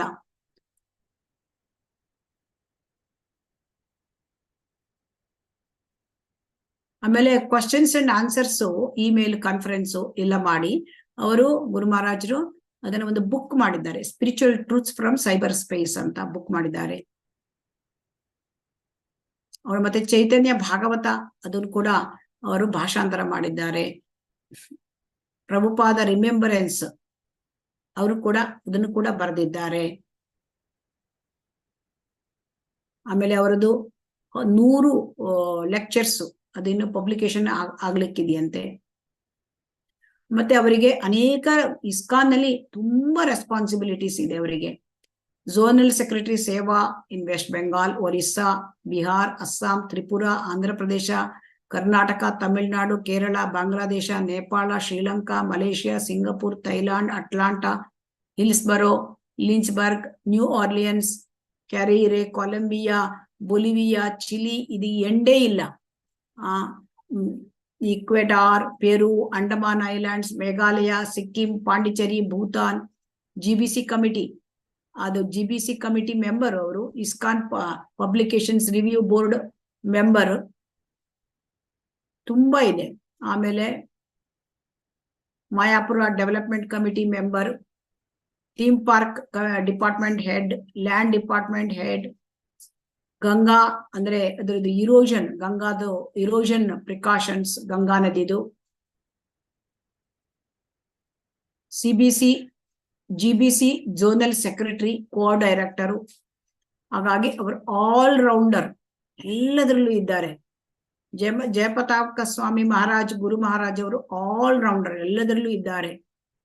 ಬುಕ್ ಡಿಸ್ಟ್ರಿಬ್ಯೂಷನ್ ಮಾಡುವಾಗ ತುಂಬಾ ಡೆಡಿಕೇಶನ್ ಮತ್ತೆ ಖುಷಿಯಿಂದ ಮಾಡ್ತಾರೆ ಬುಕ್ ಡಿಸ್ಟ್ರಿಬ್ಯೂಷನ್. ಮತ್ತೆ ಯಾವುದೇ ಒಂದು ಫೆಸ್ಟಿವಲ್ ಆರ್ಗನೈಸ್ ಮಾಡ್ಲಿ, ನಾಮಹಟ್ಟ ಮಾಡ್ಲಿ, ಅಲ್ಲಿ ಪ್ರತಿಯೊಂದರಲ್ಲೂ ಕೂಡ ಅಲ್ಲಿ ಡೆಡಿಕೇಶನ್, ಅದರಲ್ಲಿ ತುಂಬಾ ಅದರಲ್ಲೇ ಇನ್ವಾಲ್ವ್ ಆಗ್ತಾರೆ. ತುಂಬಾ ಖುಷಿಯನ್ನು ಕೂಡ ಸಂತೋಷದಿಂದ ಮಾಡ್ತಾರೆ. ಮತ್ತೆ ಪ್ರಪಂಚದಲ್ಲಿ ಅವರು ಹೋಗದ ಜಾಗವೇ ಇಲ್ಲ, ಅಷ್ಟು ಸ್ಥಳಗಳಿಗೆ ಅವರು ಪ್ರಯಾಣ ಮಾಡಿದ್ದಾರೆ ಕೃಷ್ಣ ಪ್ರಜ್ಞೆನ ಹರಡ್ಲಿಕ್ಕಾಗಿ. ಯಾವ ಸರ್ವಿಸ್ ಇಲ್ಲ, ಮಾಡಿಲ್ಲ ಅಂತ ಇಲ್ವೇ ಇಲ್ಲ. ಯಾವ ಒಂದು ಸೇವೆ ಸಿಕ್ಕಿದ್ರು ಕೂಡ ಅದನ್ನ ಅವರು ಗುರುವಿನ ಒಂದು ಆಜ್ಞೆ ಅಂತ ಮಾಡಿದ್ದಾರೆ. ಗುರುವಿನ ಆಜ್ಞೆ, ಕೃಷ್ಣನ ಆಜ್ಞೆ, ಸಾಧುಗಳ ಆಜ್ಞೆ ಅಂತ ಮಾಡ್ತಾರೆ. ಮತ್ತೆ ಅದನ್ನ ಅವರು ಗುರು ಮಹಾರಾಜರು ಅದನ್ನ ಪ್ರೀತಿಯಿಂದ ಮಾಡ್ತಾರೆ. ತಮ್ಮ ಒಂದು ಶೀಲ ಪ್ರಭುಪಾದರು, ತಮ್ಮ ಗುರು ಅವರ ಪಾದ ಕಮಲಗಳಿಗೆ ಅವರು ಅದನ್ನ ಅರ್ಪಿಸ್ತಾರೆ.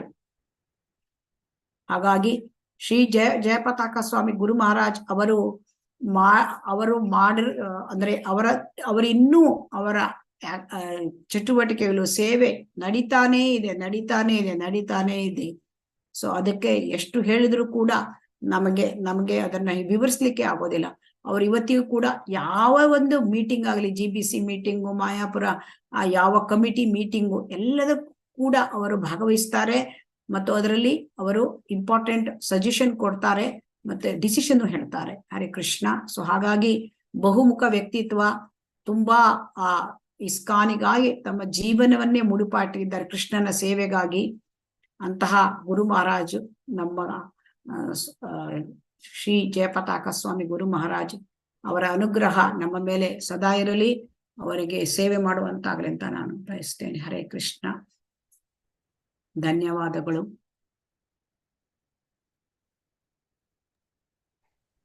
ಧನ್ಯವಾದಗಳು ಮಾತಾಜಿ. ಅವರದನ್ನ ನಾವು ಎಷ್ಟು ಹೇಳಿದ್ರು ಮುಗಿಯುವುದಿಲ್ಲ, ಅಂದ್ರೆ ಎಷ್ಟು ಹೇಳಿದ್ರು ಕಡಿಮೆಯೇ. ಅವರು ಮಾಡಿರೋದನ್ನ ನಾವು ವಿವರಿಸಿಯೇ ಮುಗಿಯುವುದಿಲ್ಲ. ಆದರೂ ನಾವು ಇವತ್ತಿಗೆ ಇಲ್ಲಿಗೆ ಅವರ ಒಂದು